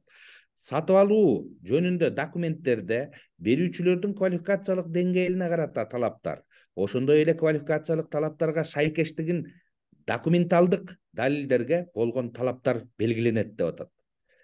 Экинчи бөлүгү. Берүүчүнүн квалификациялык деңгээлине талаптар бардык берүүчүлөргө бирдей колдонулат жана контракт түзүү боюнча юридикалык жактан ыйгарым укуктан тышкары төмөнкү минималдуу квалификациялык талаптарды камтыйт дейт. Же болбосо мына ылдый жагында төмөнкү деп. Минималдуу квалификациялык талаптарды милдеттүү коюусун талап кылып атат бул мыйзам. Мен жана тигил сатып алуу документинен айтып бербедимби? Андан тышкары бул жерде эмнеси болуш керек деп атат. Материалдык техникалык базасы болсун деп атат. То есть материалдык техникалык базасы деген сөз мына могу жерде коюлган жанагы квалификациялык талапка мен ала турган карниз алып атамбы, азбест көмүр аламбы, тиешелүү берүүчүнүн маттех базасын сурашым керек. Ал деген сөз мүмкүнчүлүгү. Сенин машинең барбы? Сенин кийим тигүү машинең барбы? Эгерде кийим тигүү жөнүндө сөз болуп атса, цехиң барбы өзүңдүн? Ал жерде дасыккан адистериң барбы? Аларды тастыктай турган документтерин бер. деген таризде тиешелүү материалдык техникалык базасын сурашыбыз керек, урматтуу коллегалар. Мына ошондо гана бизге дасыккан фирмалардын келүүсү шартталат. Болбосо могул сыяктуу биз эптеп септеп жазып койгон талаптарыбызга өзүбүзгө окшогон эптеп септеген фирмалар келет дагы, эптеп эле жанагы алып сатаарлар, купи продайлар келип алып башыбызды оорутуп, эптеп мына минтип арзан товарларды берип кете берет. А биз ага алууга мажбурбуз. Анткени себеби анын алып келген товары жана өзүбүз койгондой талапка ээ болот. Коллегалар, мен бысмылда деп эле бир эле сатып алууну ачтым. Ойлобоңуздар, мындай көрүнүш жалгыз гана ак татырда экен деп. Мындай көрүнүш тары менен чыгат. Биз окуу борборлору окутуп, үйрөтүп жетишпей келебиз. Сайрап, какшап кала беребиз. Ал эми жер жергесинде ушул сыяктуу иштер байма-бай уланып, ал жерде дасыккан адистер иш тажрыйба топтоп үйрөнгөндөн кийин жумушун таштап, башка жумушка кетип, анын ордуна кайра бир ишти билбеген же сатып алуучу адиси жок, эптеп бирөөнүн мойнуна жүктөп коюп, ал мойнунан байлаган иттей болуп, ушинтип өзү түшүнүп түшүнбөгөн талаптарды коюп, аны сас келгенсип биздин жана кыйын деген комиссия мүчөлөрү эчтекени карабай туруп кол коюп келгендин натыйжасында сиздер айткандай эң сапатсыз, эң начар товарларды алып отурабыз бүгүнкү күндө. Бирок урматтуу коллегалар, акыйкат үчүн айта кетейин, мен ушул сабак берип жүрүп, Кыргызстандын болгон булуң бурчун кыдырып жүрөм. Ошо Баткенден баштап тетиги көл нарын бардык жерге барып жүрөм. Атайын сабак берип окутуп. Балким араңыздарда кездешкениңиздер деле болсо керек. Биз атайын барып алып жанагы облустук администрациялардын чоң залдарында, маданият үйлөрүндө ушу сыяктуу жыйындарды өткөрүп келебиз. Бул учурда мен эмнени байкайм? Бул учурда канчалык биз жаман дебейли, оңолуу, түзөлүү бар экени бардык жерде, бардык айыл өкмөттө байкалып келет. Мына жарыктандыруу, жолдоруңар оңолуу, бул да болсо иштин жүрүшү. Башта мындай жок эле. Бардык жерде. Айрыкча атайын жанагы точка роста деп акчалар бөлүнүп, бөлүнгөн шаарларыбыз Жалал Абад, Каракол, мына кийин азыр Талас, Кара Балта, дагы башка Баткен жергеси. Мына ушу сыяктуу аймактарыбыз кадимкидей өзгөрүлүп жатканын көрүп келебиз. Калп десеңиздер өзүңүздөр күбөсүздөр. Так, кечиресиз, жана мен сиздин сөзүңүздү бөлүп койдум. Эмне деген суроо айтып аттыңыз эле? Гүлнара Жүдүсова бар болчу. Коллегалар? Асфальт боюнчачы биз жер айыл өзүбүздүн айыл өкмөттөн неме кылып атабыз да, өзүбүздүн бюджеттен асфальт тендерщиктер келет, анан мындай сапатсыз неме асфальттарды салышып атат да, ошол жөнүндө билейин дегем да. Ошо неме комиссияга киргенде кандай кылып кайсы жерин караш керек, кайсы жерин көрүп алышыбыз керек, ошо билип алгым келип аткан да. Жакшы, рахмат сурооңузга Гүлнар айым. Мына асфальт жол салуу маселесине келгенде, өзүңүздөр билгендей республикалык деңгээлдеги жолдорубуз бар, регион аралык жолдорубуз бар, ошондой эле айыл өкмөттөргө тиешелүү жолдорубуз бар. Бул багытта республикалык деңгээлде транспорт министрлигинин алдында атайын мамлекеттик ишкана түзүлүп, автожол, Кыргыз автожол деген ишкана түзүлгөнүн баарыңыздар билесиздер. Же болбосо баягы жер-жериндеги Бурайым айым, экранды чийип атасыз. Мышкага неметпей турсаңыз. Бурайым айым. Экранга тийбей туруңуздар эжекелер.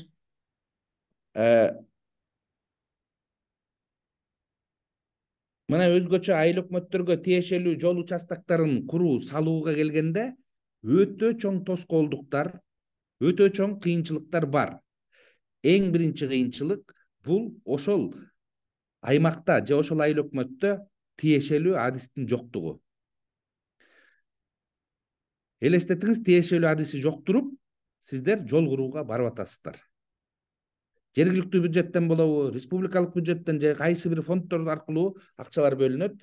Анан үстүдөн план коюлуп туруп, давай сатып алууну жүргүздөйт дагы, билип-билиппей, түшүнүп-түшүнбөй, анан сатып алууга барабыз. Жол деген өзүнчө жол да, ага жол адиси керек. Аны билиш керек.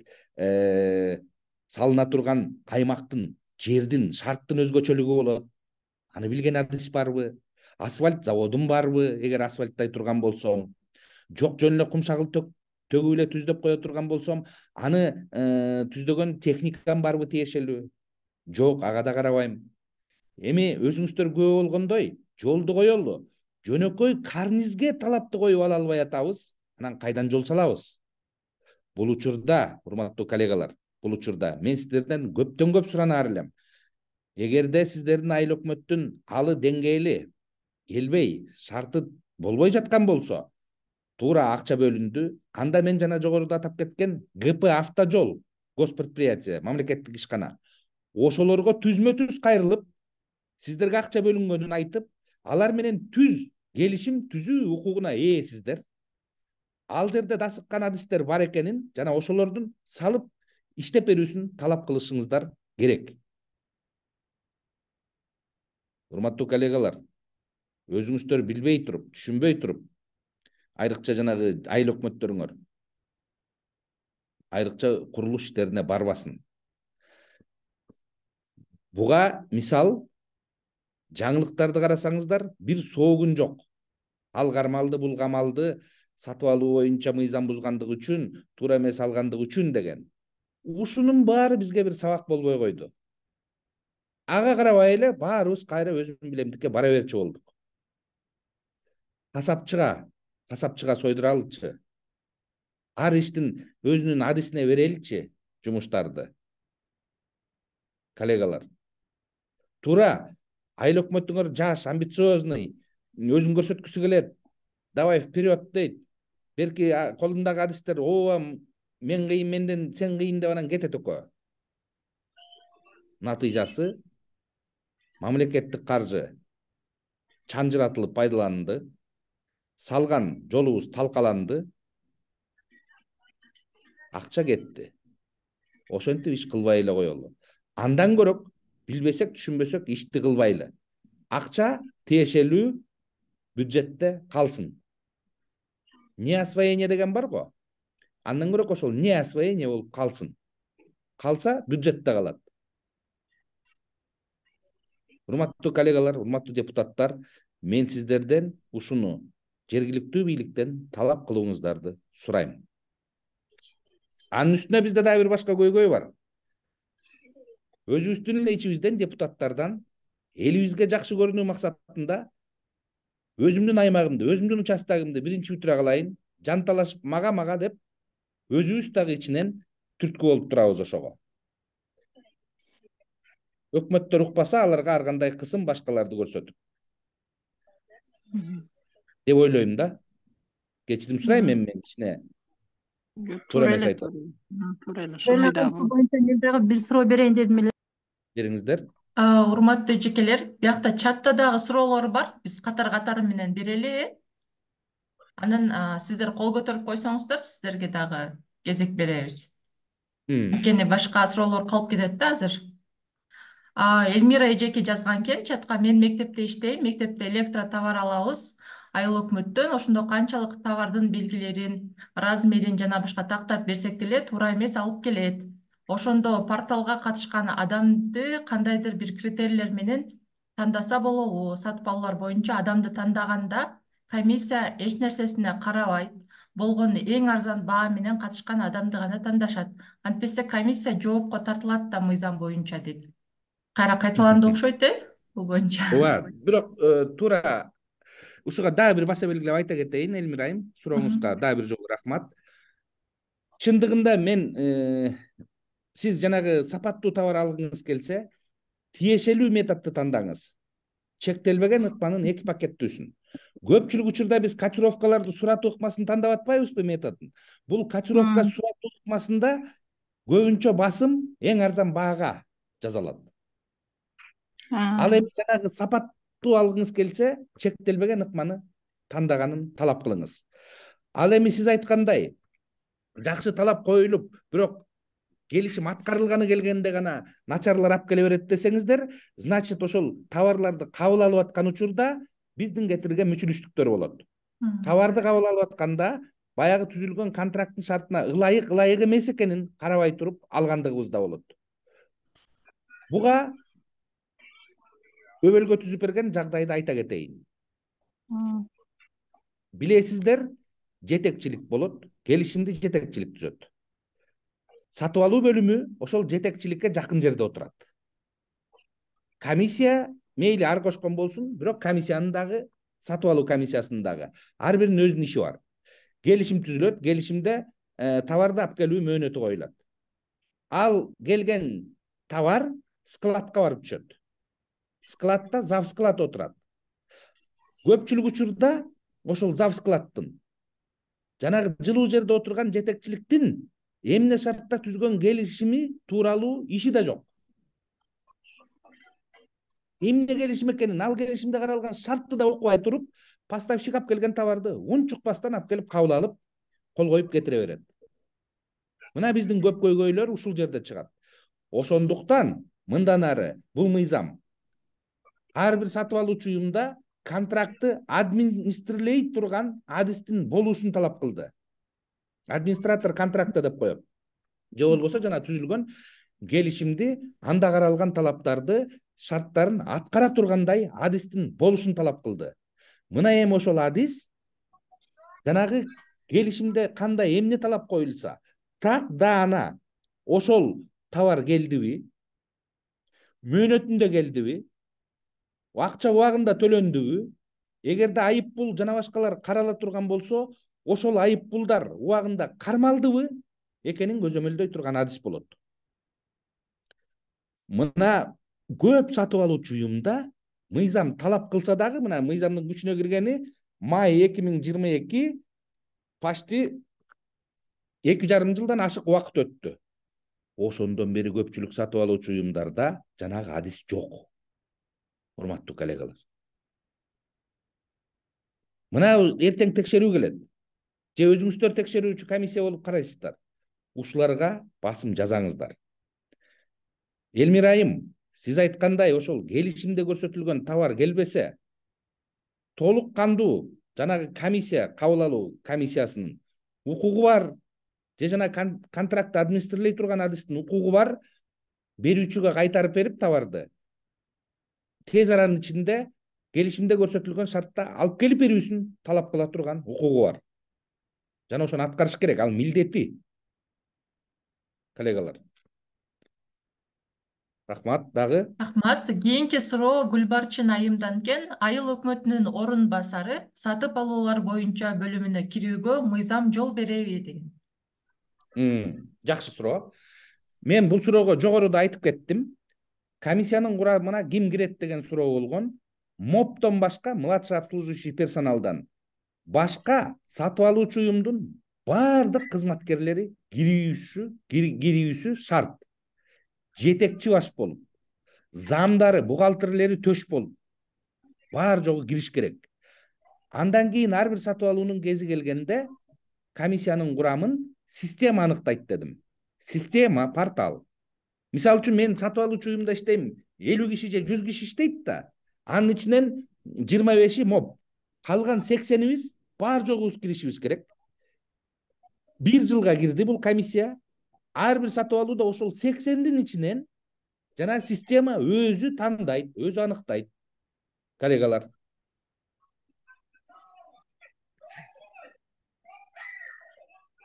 Кийинки суроого төрөлө. Жергиликтүү кеңештин бюджет комитети бекитилген статьяны өзгөртүүгө укуктуубу? Эгер укугу бар болсо, отурумдун протоколу тиркелеби корутундуга деп Райхан эжекебиз суроо берген экен. Жергиликтүү кеңештин укугу барбы деп атасызбы? Жергиликтүү кеңештин бюджет комитети бекитилген статьяны өзгөртүүгө укуктуубу дейт. Жок, андай эмес, андай эмес. Статьялар өзгөрбөйт да. Кантип Райхан эже, сиз өзгөртөбүз биз менен сизби? Жок, мен башка, Райхан эмес. Тагаева Райхан эжекенин суроосу экен да бул жакта. Бул мындай да, урматтуу айымдар, билесиздер, бюджеттик классификация деген бар. Бюджеттик классификациянын киреше бөлүмү жана чыгаша бөлүмдөрү болот. Сиздер жергиликтүү депутаттар өзүңүздөргө тиешелүү бюджетти бекитип бересиздер. Ал бюджетти бекитүүдө ар бир жанагы сатып алуучу уюм негизи мындай логика боюнча сиздердин алдыңыздарга келип өзүлөрүнө тиешелүү бюджетти коргош керек. Мага бул акча бул нерсе үчүн керек деп бар жогу далбастап бекиттирип сиздер аркылуу өткөрүш керек. Бул чыгаша беренелер. Бюджеттик классификацияда мындай көрүнөт да. Нону бюджетная классификация дейбиз, Кыргызской республики. Араңыздарда жана финансистер отурсаңыздар билсеңиздер керек. Мен айткан жана киреше бөлүмдөрү мына могу бирден башталган саны менен берилет. Доходу деп. Ал чыгаша бөлүмдөрү 2ден башталган сандары менен берилет дагы. Ал жерде айлык акы, төлөмдөр, коммуналдык бар жогу көрсөтүлүп келип, ошол эле кезде караңызчы, мен экранымды чийип салбадыңыздарбы жана мынтип саргарып көрүнүп атат окшойт. Сиздерге да көрүнүп атабы? Жок, жакшы эле көрүнүп атат. Чийилген экрандар. Жакшы эле көрүнүп атат. Чийилгени көрүнүп атат, бирок жакшы эле көрүнүп атат. Көрүнүп атат, бирок жакшы эле көрүнүп атат.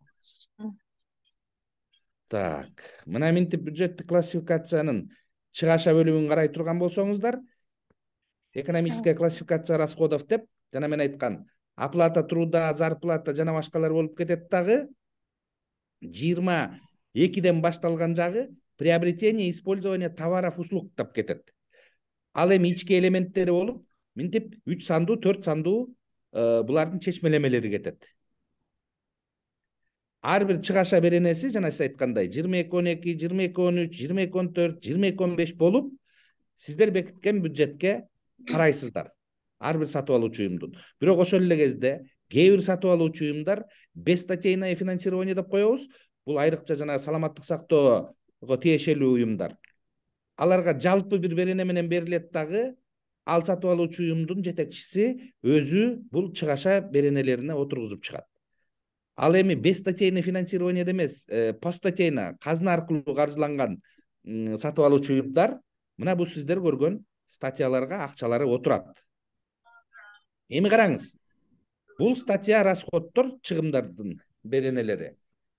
1 жылга бекитилет. Келечектеги 2 жылга болжолдуу бюджети бекитилет. Мына айтыңыздар. Бизде 22-15 деген статьябыз бар. Прочие расходы деп коебуз, Бул көпчүлүк учурда өз убагында каржыланбай, эң аягында каржылана турган берене. Кээ бир беренелерибиз бар.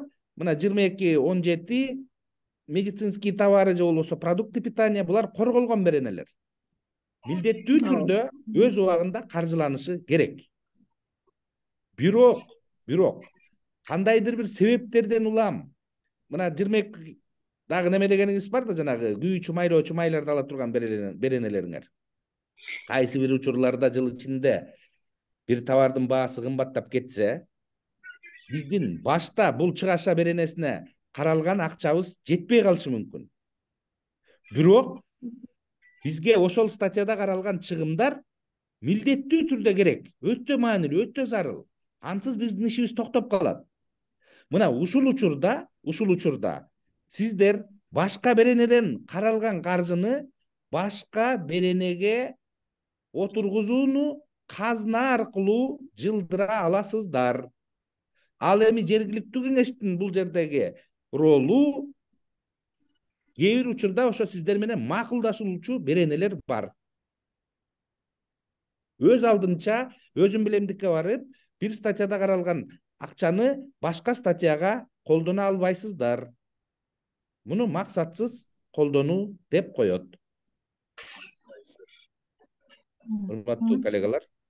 Так, кийинки суроого өтөрели. Бул жакта токтомдо шагыл алуу деп белгиленип, тендерде тосууга деп акча иштетилген, бирок краска алынып клубда турат экен. Прокуратурага берсек, тендерщик 5000 айып пул төлөп, ошо менен иш бүттү. Эми эмне кылсак болот дейт. Жакшы экен. Дагы бир жолу айтып коесузбу? Мен Токтомдо шагыл алуу деп белгиленген экен. Шагыл алабыз дешип макулдашкан экен. Бирок токтом болгондо бул ошол жергиликтүү кеңештин чечими болуп атат да, ооба, жергиликтүү кеңештин чечиминде. Бирок тендерде тосмо тосууга деп акча иштетилген экен. Так, тендерде тосмо тосуу деп жарыялап атат. Ооба, бирок краска алынып клубда турат экен, фактически. Прокуратурага берсек, прокуратура 5000 айып салып ишти жапты. Ооба, эми эмне кылабыз дейт. Эми прокуратураны текшериңиздер, эмне кантты? Карабайсызбы? Атиги канча акча каралган экен? Гүл дейт. Сиз бул жактасызбы? Комментарий берип койсоңуз, биз менен болсоңуз. Жалпы канча акча каралган экен ушуга? Бул жакта жазылбаптыр да ошо. Эми мындай учурлар бар, байкалат. Себеп дегенде адамдык фактор деп коебуз. Ал адамдык фактор бардык жерде роль ойнойт. Ошол эле прокуратурада болобу, эсептөө палатасында болобу, сатып алуучу уюмдар, депутаттар арасында бардык жерде жана 5 кол тең эмес деген ошо. Бирок 5 кол тең эмес деп коюп эле жанагыга шарт түзүп берген, көз жумду кылган учурларды мейли боло берсин деп калтырып коюу болбойт.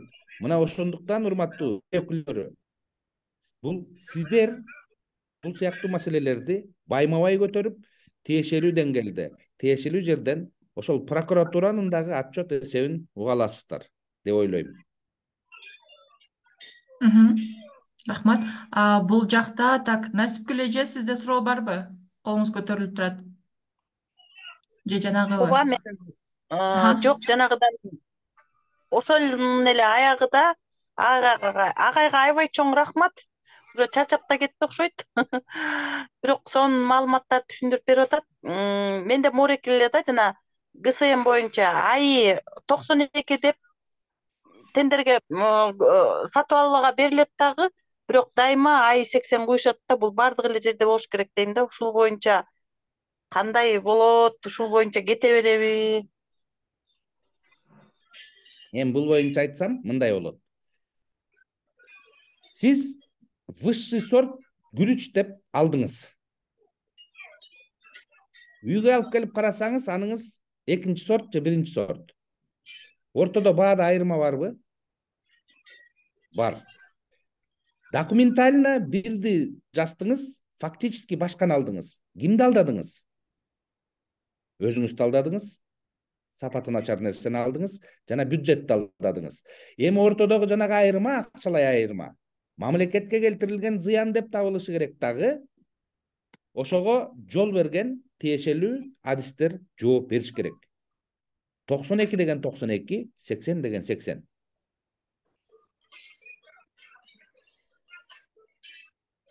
Ошондо прокуратурага кайрыла берсек болобу деген суроом да. Конечно болот. Эмне кандайга жол берилет?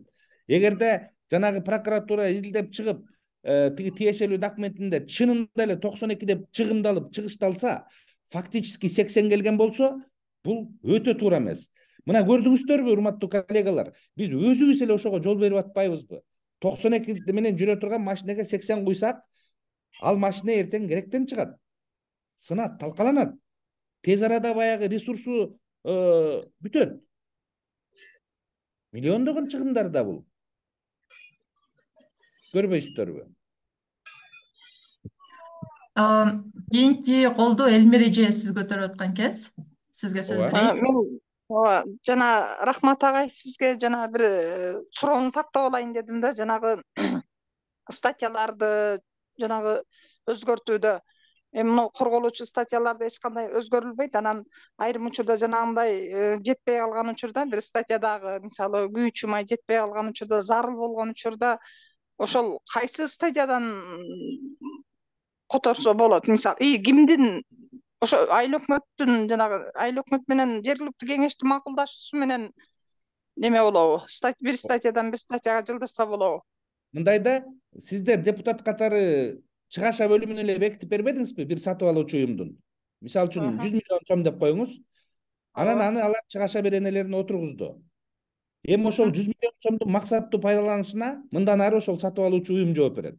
Бирок ал жанагы ар бир чыгаша беренесине отуруп калгандыктан бул казына аркылуу каржылана турган акча болсо, сөзсүз казынанын макулдугу менен гана передвижка деп коет буну. Акча бир беренеден башка беренеге отуруш керек. Ал эми жана мен айткан ошол бөлүп берген 100 миллион да жетпей калышы мүмкүн да. Бул учурда жергиликтүү кеңештин депутаттары ал сатып алуучу уюмдун бюджетин же көбөйтүп, же азайтып берүү укугуна ээ болосуздар. Бюджет баягы республикалык бюджет 2 жолу каралат го жылына. Ооба, Ошондо да кайра өзгөртүүлөр кирип толуктоолор. Сиздерде деле бар да ошондой жергиликтүү кеңештерде? Бар. Бюджеттик комитетиңер бар. Алар иш алып 6 айлык, барышат. 9 айлыкта ошону жылдырыштырып бир статьядан бир статьяга жылдырып берсе болот экен да ошондо. Мына мен ошону айттым да.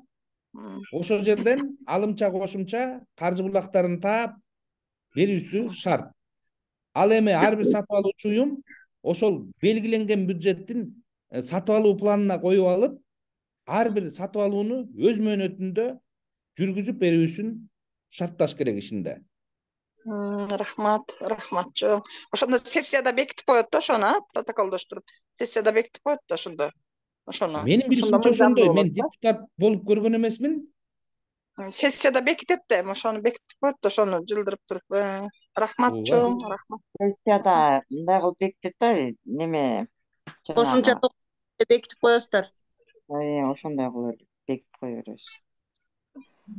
Хорошо. Рахмат. Бул жакта Медина айымдан туура эмес сатып алуу болсо кандай чара көрөбүз деген суроо калып калган экен. Жакшы. Туура эмес сатып алуу экендигин эң биринчи ирет өзүбүз тастыкташыбыз керек, өзүбүз билишибиз керек, то есть далилдешибиз керек ал туура эмес экенин. Мыйзамга ылайык, мыйзамдын туура эмес жүрүшүнө баа бере турган, көзөмөл жүргүзө турган ыйгарым укуктуу мамлекеттик орган бар. Бул Каржы министрлиги. Анын алдындагы түзүлгөн мамлекеттик сатып алуулар департаменти. Анын адистери байма-бай ушул порталды болушунча карап, тиешелүү ошол жанагы мыйзамга ылайык келбеген сатып алууларды өз убагында чара көрүп, жокко чыгарып, же аларга кандайдыр бир айып пул салуу менен алектенип келишет. Андан тышкары ар бир жанагы эсептөө мезгили жанагы период аудита деп коебуз го. Тиешелүү эсептөө палатасы же болбосо прокуратура органдарынын пландуу проверкаларында дагы бул учурлар байкалса, алар өз чарасын көрөт. Ал эми сиздер айткандай, сиздер тарабынан байкалып калса, сиздер ошого көзүңүздөр жетип аткан болсо, депутаттык укугуңуздарды колдонуп, өзүңүздөрчө бир аракет кыласыздар деп ойлойм. Эми депутаттын баягы мындай сунуш берүү гана укугу бар да, жокко чыгарып, же бирөөнү жумуштан алып, же бирөөнү айып пул сала албайсыздар да. Сессияңарда карап бир тиешелүү чечим чыгарып коюшуңар мүмкүн. Ито ал чыгарган чечимиңер сунуш иретинде чыгат дагы, өкмөт кааласа аны аткарат, каалабаса өзү билгенин кылат. Саламатсызбы агай? Мен ошол Мединамын. Ошол эме болуп атат да, биз цветной принтер деп чыгарганбыз да. Анын деген заправка кылганы 100 эле баракка жетет экен дагы, каждый заправка 8.000 сом экен. Мен келип туруп деген тиги комиссия болуп отурган айыл өкмөттүн секретарына айттым да, муну жарыялап атканда кандай критерийлер менен жарыяладыңар эле? Эгерде ушундайлар көрсөтүлдү беле, эмне болду эле? Мунун гарантиясы барбы? Десем, ошо сатып алуу окууга кетиптир, сатып алуу адисичи. Окууга кетип, мага жоопсуз калып атат да, бирок тиги принтер 33 миңге сатылып алган принтер экен, калды да жөн эле бир заправка менен эле. Бюджетте 8.000 сом жок. Эң жакшы. Мисалы үчүн ал 8.000 сом айына же жумасына кетиши мүмкүн эгерде жанагындай конечно, 100 эле баракка тапшыла жетет берсе. экен ал. 100 Кандай? баракка жетет экен. 100 эле баракка жетет экен ал Ошону бир айтып атпаймынбы, заправка. эми 100 баракты бир күндө деле басып койсо болот да. Конечно. Эң биринчи бул мыйзамдын буга койгон талабы кандай? Мындан ары сатып алуу үчүн гана жүрбөстөн ар бир сатып алуунун негиздемеси болсун деди. Ар бир сатып алуунун. Ал эми курулуш иштерине бараткан болсоңор, сөзсүз жана ТО деп коебуз го. Технико-экономическое обоснование. Технико-экономикалык негиздеме дейбиз. Ошонусу болушун шарттайт. Сиз дагы ушул сыяктуу эң биринчи ошол цветной принтер керек беле дегенден баштаңыз. Эмне максатта алынды? Же максатсыз эле алынып атабы? Вообще цветной принтердин эмне кереги бар? Эмне үчүн черно-белыйды алган жоксуңар? Бир. Экинчиден, алып анын жана чыгымдары ошо жүздөгөн барак эмнеге коротулду? Же оюнчук катары эле бирөө өзүнүн ишин, өзүнүн сүрөтүн, аялынын сүрөтүн чыгарып отурабы ойноп? Бул дагы суроо. Мамлекеттин каржынын эсебинен андай өзүм билемдикке барып иштер жүрбөшү керек. Экинчи жагын карасак, президентибиздин указы бар. Кагаз сатып алууну токтоткула, электрондук документ алмашууга өткүлө деген. Аны ишке ашырууга багытталып, бар жогубуз бүгүнкү күнү инфодок сет аркылуу иш алып барып келебиз. Эгерде электрондук документ оборотко өтсөк, мындан ары мага кагаз чыгаруу кажети жок болбодубу? Анда эмне үчүн мен принтерге жана ошо сыяктуу нерселерге акча коротушум керек деген суроолорду коюңуз.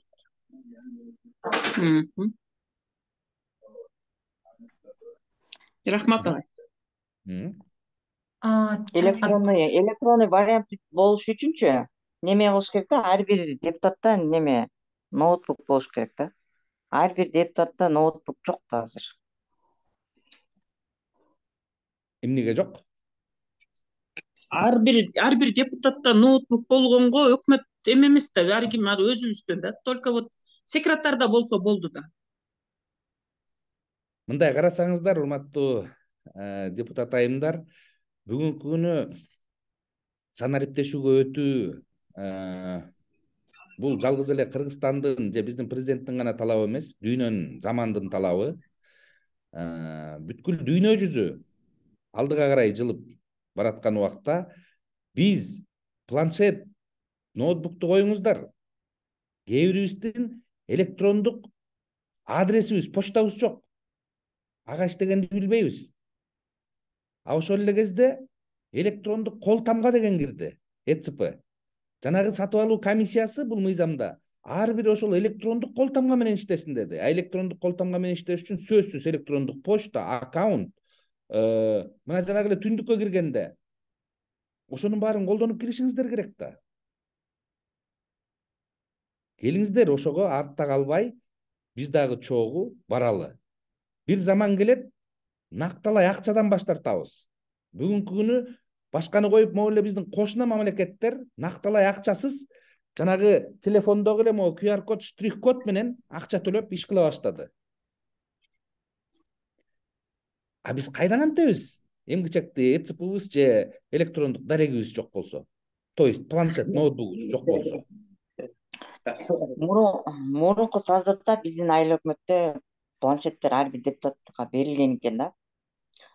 Анан ошо менен кеткен депутаттар баары алып кетип, ошол менен планшеттер жок болуп, планшет эмес, ноутбук. Анан эми ошону биз айыл өкмөттөн сурасак деле жоопсуз калып атат да, ошону кандай чара көрөрүбүздү да билбей жатабыз да. Сиздердин аппаратыңыздар бар. Ал мамлекеттин буюму болуп саналат. Ошо ойдон эле депутат өзүнө менчиктеп алып кетсе, демек мына уятуу жок депутаттарды шайлаганбыз. Уятуу жок депутаттар эптеп эле алдым жулдум үчүн келген, дагы бир далили. Акырын бир жергиликтүү жыйындарданбы, же бир жерденби айтып койгула ушинтип. Же мага бергиле даректерин, мен айтып коеюн. Бергиле кайтарып деп.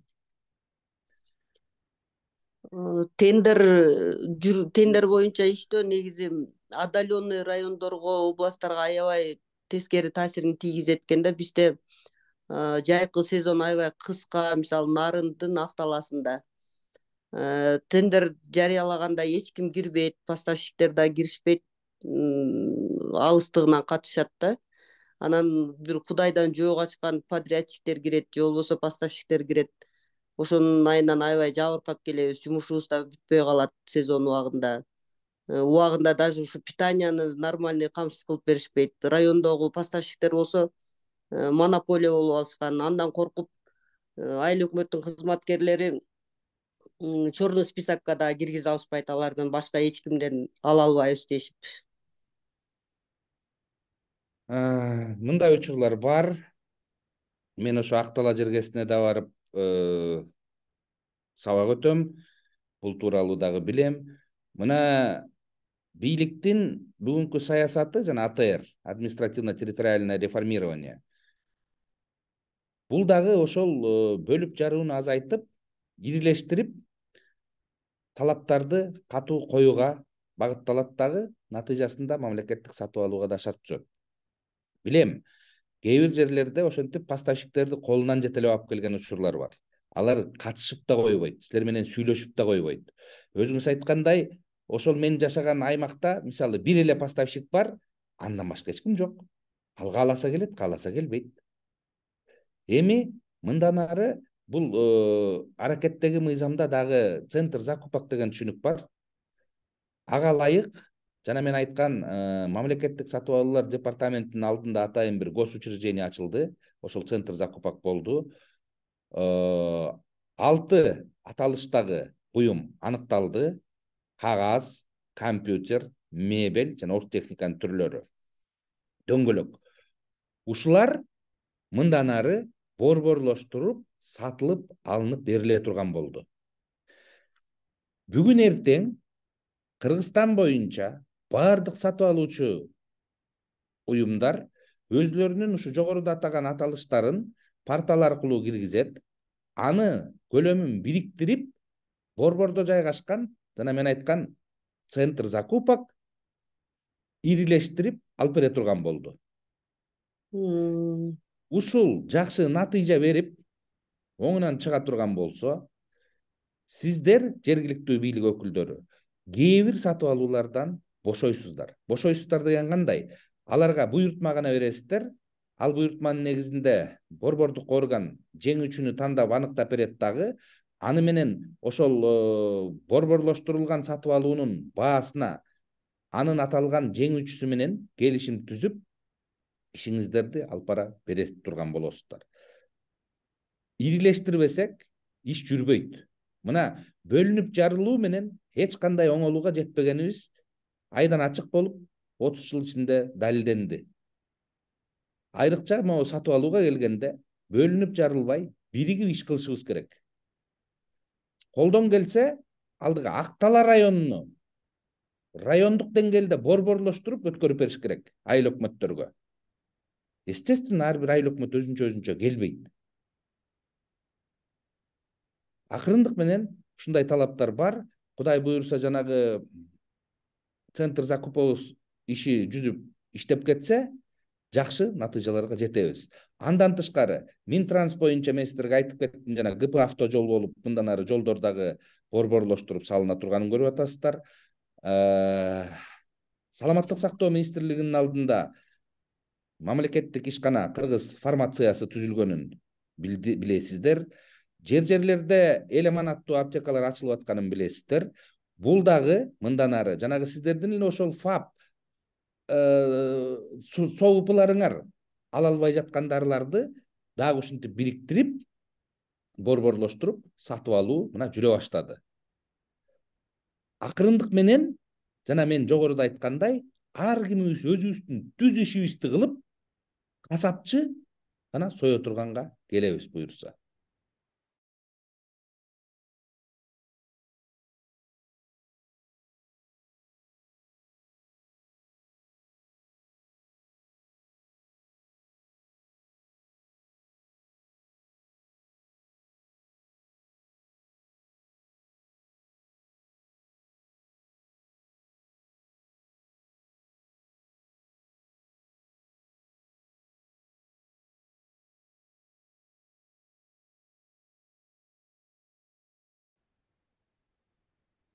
азыр чатка дагы бир суроо келиптир. Бизде мындай учур болуп жатат. Биз спорт комплекс салганга баардык материалдарды алынып коюлган. Эми азыр курууга тендер жарыяласак, эч ким катышпай жатат. Эми азыр кандай кылабыз? Алынган материалдар асты жараксыз боло баштады. Урматтуу коллегалар. Буну куруу иши дейбиз, жумуш дейбиз. Жумуш бул мыйзамдын талабына ылайык. Материалы өзүнчө, курулуш иши өзүнчө эч убакта сатып алынбаш керек. Бир лот менен ошо материалы дагы, курулуш иши дагы бирдей сатып алынышы керек. Ал эми ушул спорт комплексинин мисалында айта кетейин. Кокус кимде ким курулуш иштерине бараткан болсоңуздар, мен жана башында айттым, эң биринчи сиздерде ТЭО болуш керек, техника экономикалык негиздеме. Ал жерде спорт комплекс эмне үчүн керек? Эмне максатта колдоном?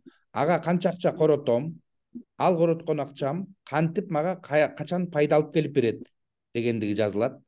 Ошого жараша каржы булагы аныкталат. Каржы булагы ар кайсы болушу мүмкүн, жергиликтүү, республикалык бюджет же жана донорлор эсебинен. Булак каржы кимдики болсо, оюндун эрежеси ошонуку болот. Эгерде мамлекеттик каржы болуп таанылса, толугу менен улуттук мыйзамдын, сатып алуу мыйзамынын нормасы колдонулат. Ага ылайык ошол спорт комплекс кура турган жериңиздер, жердин ээси ким? Муну далилдей турган документ, тастыктай турган жана акт деп коебуз го, госакт деп. Аныңар болгон болуш керек. Андан тышкары мен ошол каржыны, жердин ээсин аныктап алган соң, эми мен эмнеге киришем? Эми мен ПСД дейбиз, жана проектно-сметная документация. Ошого киришем. Ал бирок менин колумдан келбегендиктен, мен дагы аны ушул сатып алуу аркылуу жарыялап, аны чийип бере турган институтту жалдоого барам. Сметчикти жалдоого барам. Тиешелүү деңгээли бар адис ошол ПСДны иштеп чыгып берип, ал ПСД проектно-сметная документация. Расмий мамлекеттик орган бар, Госархстрой деген. Анын экспертизасынан өтүп, макулдугун алыныш керек. Ал бардык талаптарга ылайык дал келет. Ошондой эле башка мамлекеттик көзөмөлдөй турган органдар тарабынан макулдугу бар. Мисалы, санэпидемстанция, электр тармагы, өрт өчүрүү тармагы жана башкалар өз деңгээлинде макулдашып берет дагы, жанагы иштелип чыккан ПСД бекитилет. Мына ПСД бекитилгенден кийин ошону чийген автордук көзөмөл жүргүзүү укугуна ээ болот. Өзү чийген проектке ылайык көзөмөл жүргүзүш керек. Андан соң мен техникалык надзор, технадзор деп коебуз. Технадзор жалдашым керек. Технадзор жалдап, ал технадзор жанагы болочокто курула турган объектинин мыйзамга ылайык курулушун көзөмөлдөй турган адис болот. Мына андан соң гана мен барып, аны кура турган берүүчүнү тандоого барам. Бул дагы портал аркылуу. Дагы кайталайм, ал жерден мен жанагы чийилген ПСДны, проектно-сметная документацияны тиркейм дагы, кайсы куруучу фирма ушул долбоорго ылайык, талапка ылайык салып, канча сомго салып берүүсүн сураймын. Анда ылайык татыктуу деген фирма болсо, аны менен келишим түзөм дагы. Ал эми өз кезегинде ошол тиешелүү строй материалын, аткара турган ишин бар жогуна өзү кепилдик берип, келишим түзүлөт. Ошол келишимде көрсөтүлгөн шарттарга ылайык иш алып барылат. Бул курулуш иши боюнча, урматтуу коллегалар. Чоң рахмат. Бизде акыркы суроо калган экен. Анара Айымдан. Большое спасибо, очень было интересно. Если успеете, можно коротко, в каких случаях можно воспользоваться методом прямого заключения договора на строительные работы или ремонт? Значит, относительно применения метода из одного источника для строительства объекта или проведения ремонтных работ, как мы уже говорили выше, в 17-й статье закона Кыргызской Республики о государственных закупках расписаны нормы, в том числе и по закупке работ. В частности, статья 17 Часть 3, пункт 2 гласит: закупающая организация имеет право заключать дополнительное соглашение на проведение строительных работ в объеме, не превышающий 10% от имеющегося контракта. То есть, ранее, если вы проводили закупку по требованию закона и имеете действующий контракт, но в ходе действующего контракта у вас появились какие-то дополнительные строительные работы, вот этот мною вышеперечисленный пункт даст вам возможность применить метод из одного источника. Помимо этого, применение метода из одного источника, согласно требованию постановления 489 утвержденного порядка, утвержденного Кабмином, дает вам право применить метод из одного источника в 57 случаях. Из этих 57 случаев многие пункты касаются как раз-таки заключения контракта на закупку работ. Аны біз жоғарыда айтып өттік. Бәлкім сіз кейін келіп қатысып қалсаңыз керек, мен ошол бир булактан сатып алуу боюнча мындай тереңирээк маалымат бергенге аракет кылдым. Чоң рахмат. Биздин убактыбыз дагы уже 10 болуп калган экен. Анда жыйынтыктай эле мырза сизге ыраазычылык билдиребиз. Чатка дагы биздин айымдарыбыз баардыгы ыраазычылыктарын жазып жатышат. Аябай жакшы мындай деталдуу түшүндүрүп бердиңиз. Эгер айымдарда дагы суроолор болгон болсо, биздин телеграм группабыз бар. Ошол жака дагы узатсаңыздар болот. Биз Дастан мырзага багыттап, жоопторун алып бергенге аракет кылабыз. Мындан тышкары бүгүнкү жолугушуубуз бизде жазылды. Записи бар. YouTube баракчасына жарыялангандан кийин сиздерге шилтемеси менен бөлүшөбүз. Ал жактан дагы кечигип кирип калсаңыздар, же болбосо кандайдыр бир себептер менен кошула албай калсаңыздар, ошол жактан дагы кайталап көрсөңүздөр болот. Баарыңыздарга ыраазычылык, анда жакшы салыңыздар. Чоң рахмат. Чоң рахмат көңүл бурганыңыздарга. Ийгилик баарыңыздарга. Рахмат. Рахмат. Сиздерге да рахмат, чоң рахмат. Жакшы маалымат бердиңиздер. Рахмат. Дастан мырза. Чоң рахмат.